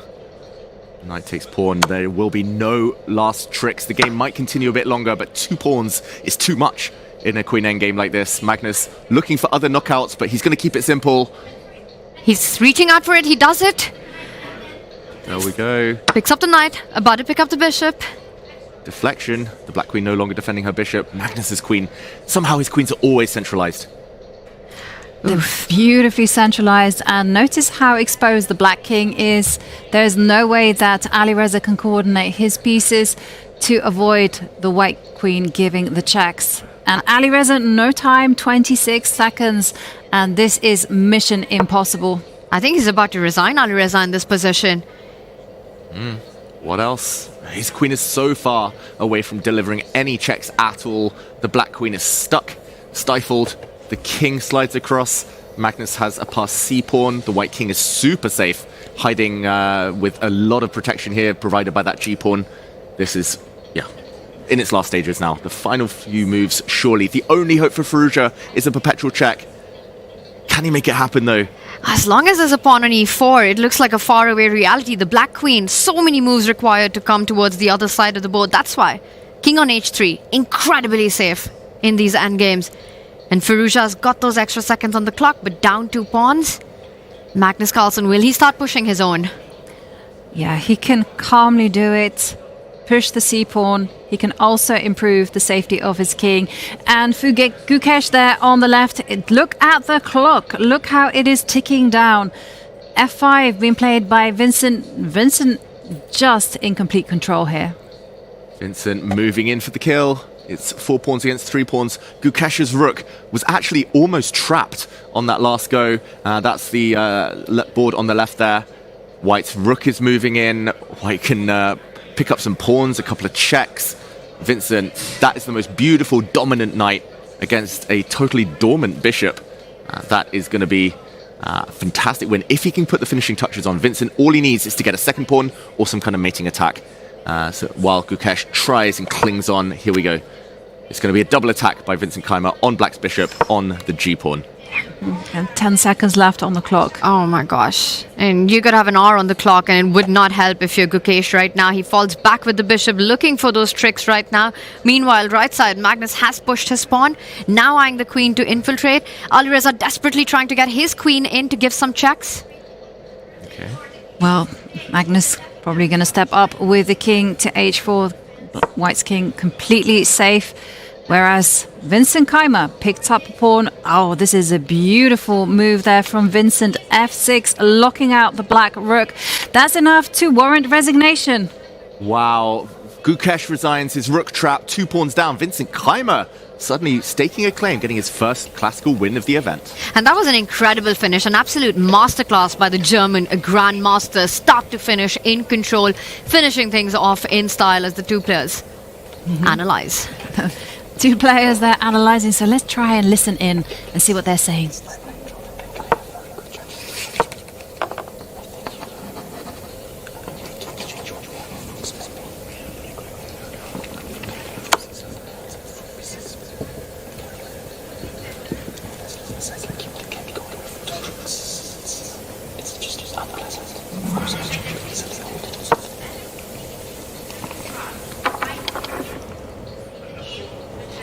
And we heard Vincent Keimer saying that although it might have been level with best play, it was always unpleasant in practical terms for Gukesh. A pawn down, didn't have too much time, it was all about the time control.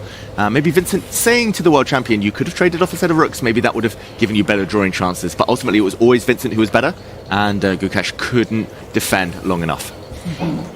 Heartbreak for the world champion, but it looks like it's going to be celebration for the world #1. Currently up 2 pawns, up on the clock as well with those extra minutes, combining the king and the queen beautifully to survive any perpetual ideas that Alireza Firouzja might be setting up, hoping for at this point. The g-pawn ready to move up the board as well. e4 under attack currently. Queen takes pawn is the threat. Is it a threat? Queen f4 check would be a block, but yeah, definitely you don't want to allow any blows like that. I do wonder whether Magnus, now getting low on time, whether he starts to get nervous. We have seen stranger things happen. Magnus has made some odd moves under time pressure in this event so far. In the meantime, we do see Wesley So with a big advantage. He has an extra pawn. It's 3 pawns versus 2 pawns. For now, the White King is perfectly placed as a blockade as well. Prague is on the defensive. It's a 2-result game. Prague desperate for a draw in that one. Yeah, Prague is scrambling hard, not easy to do when you have less than a minute on the clock. But also the same is true for Wesley. Wesley has to be precise, and he doesn't have too much time either. Exactly right. Knights are so incredibly tricky. One check on that White King and we're talking a completely different game. So you have to be careful about your own pawn moves. For now, the White Knight takes away some key squares. It's all about the clock in this. Praggnanandha down to 30 seconds, trying to create those chances. And with that last move, Alireza Firouzja is threatening some checks on the H file. Yeah, Alireza Firouzja, he's trying blocked to get in, blocked. Yeah, that was a really sneaky threat of a check. The black queen on the right board trying to go all the way up into the top right corner. H8, check. And yeah, the c5 pawn is dropping, but Magnus is moving in with his queen, in with his king. And we see trades in the meantime between Wesley So and Pragnananda. Wesley So in a pure rook endgame now, and handshake. Magnus gets the win. Magnus wins, picks up 3 points, and Alireza Firouzja, the tournament leader. Well, there may be a shake-up in the standings after this one. And starting round 6 at the bottom of the leaderboard, that is a statement win by Magnus Carlsen, taking the leader, Alireza Firouzja, down in great style in this one, getting those tactics in. It's just the champion's way of closing out and saying that this Norway chess is not over. Indeed, it is absolutely not over. We go to Wesley So, Pragnananda, because there, Wesley very much now in control. Yeah, trade of knights, this favours Magnus won because Alireza couldn't avoid a queen trade. That is why Alireza resigned. Magnus with a really nice trick at the end there to finish things off. In the meantime, Wesley about to win a second pawn. This pawn on d3 is doomed. How to protect it? If the black king steps forward, there's a check. White's rook will drive it away and gobble that up. So Prag has to attack it with his rook. There we go. What can Wesley do to defend that pawn? He needs to keep the c4 pawn alive. That is his winning hope. He defends it with his rook. And the speed with which Wesley's playing, it's like he's calculated this rook pawn endgame till the very end.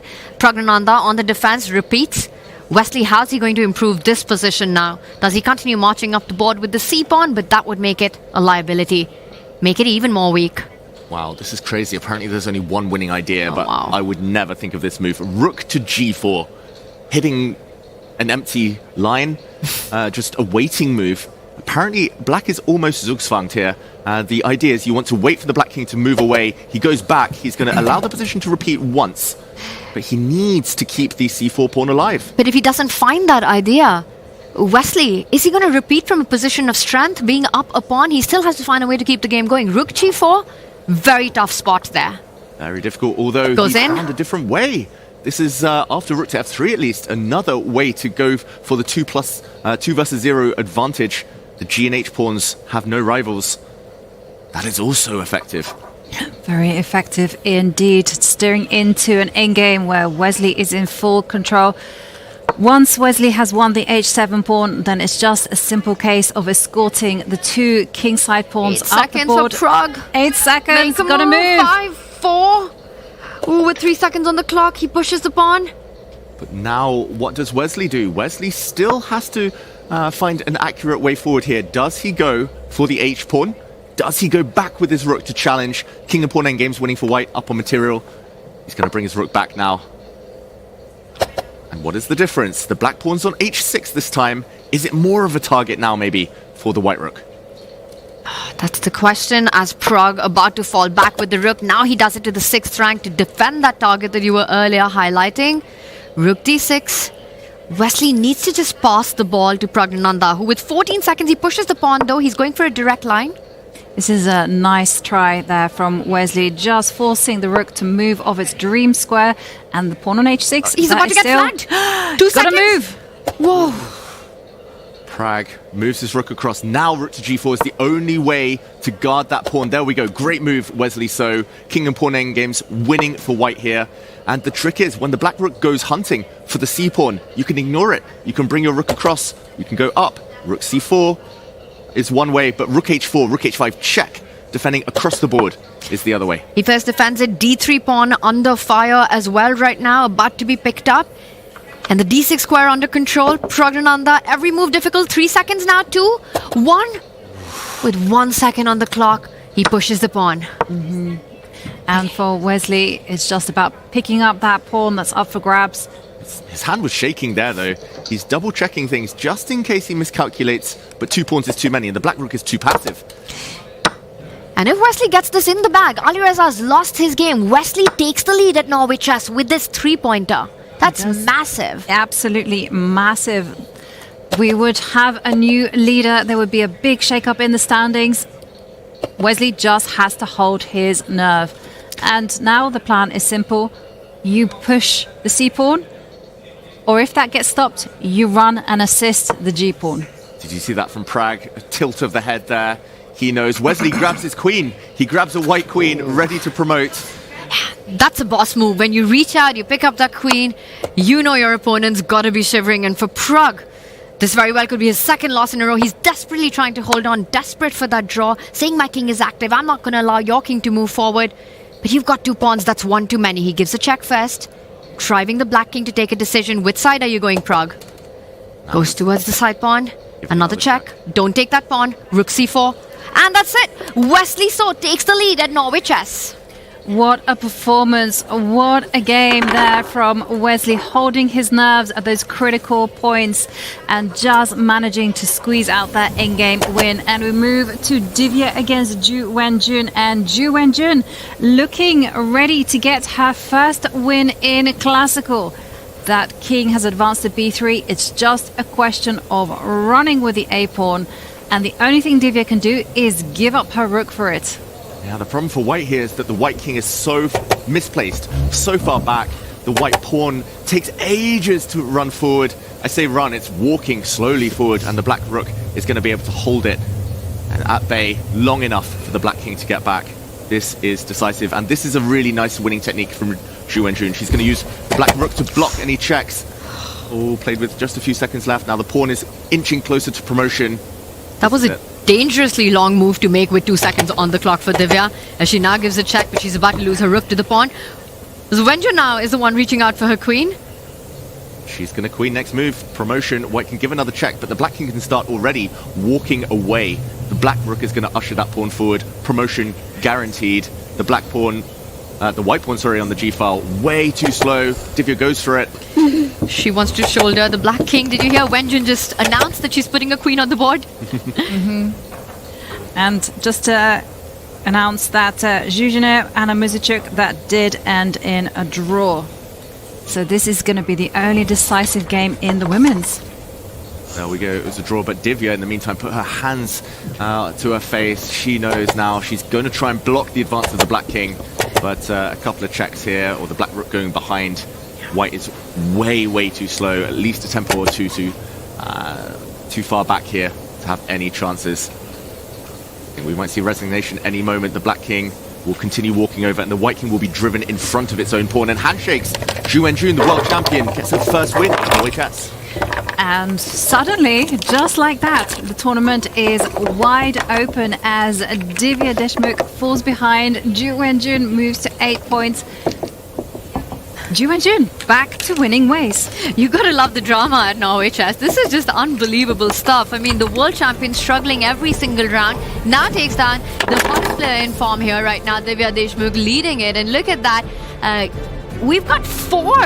I wanted to say 3, but then I saw it was 4. 4 decisive results in classical chess right now. And David, yes, you win the prediction game, but I'm happy because that was absolute cinema. Absolute cinema indeed, with 4 decisive results. Well, the second half has started with a bang. We are going to go back to a break, and we'll see you all in a few minutes because we got Armageddon coming up.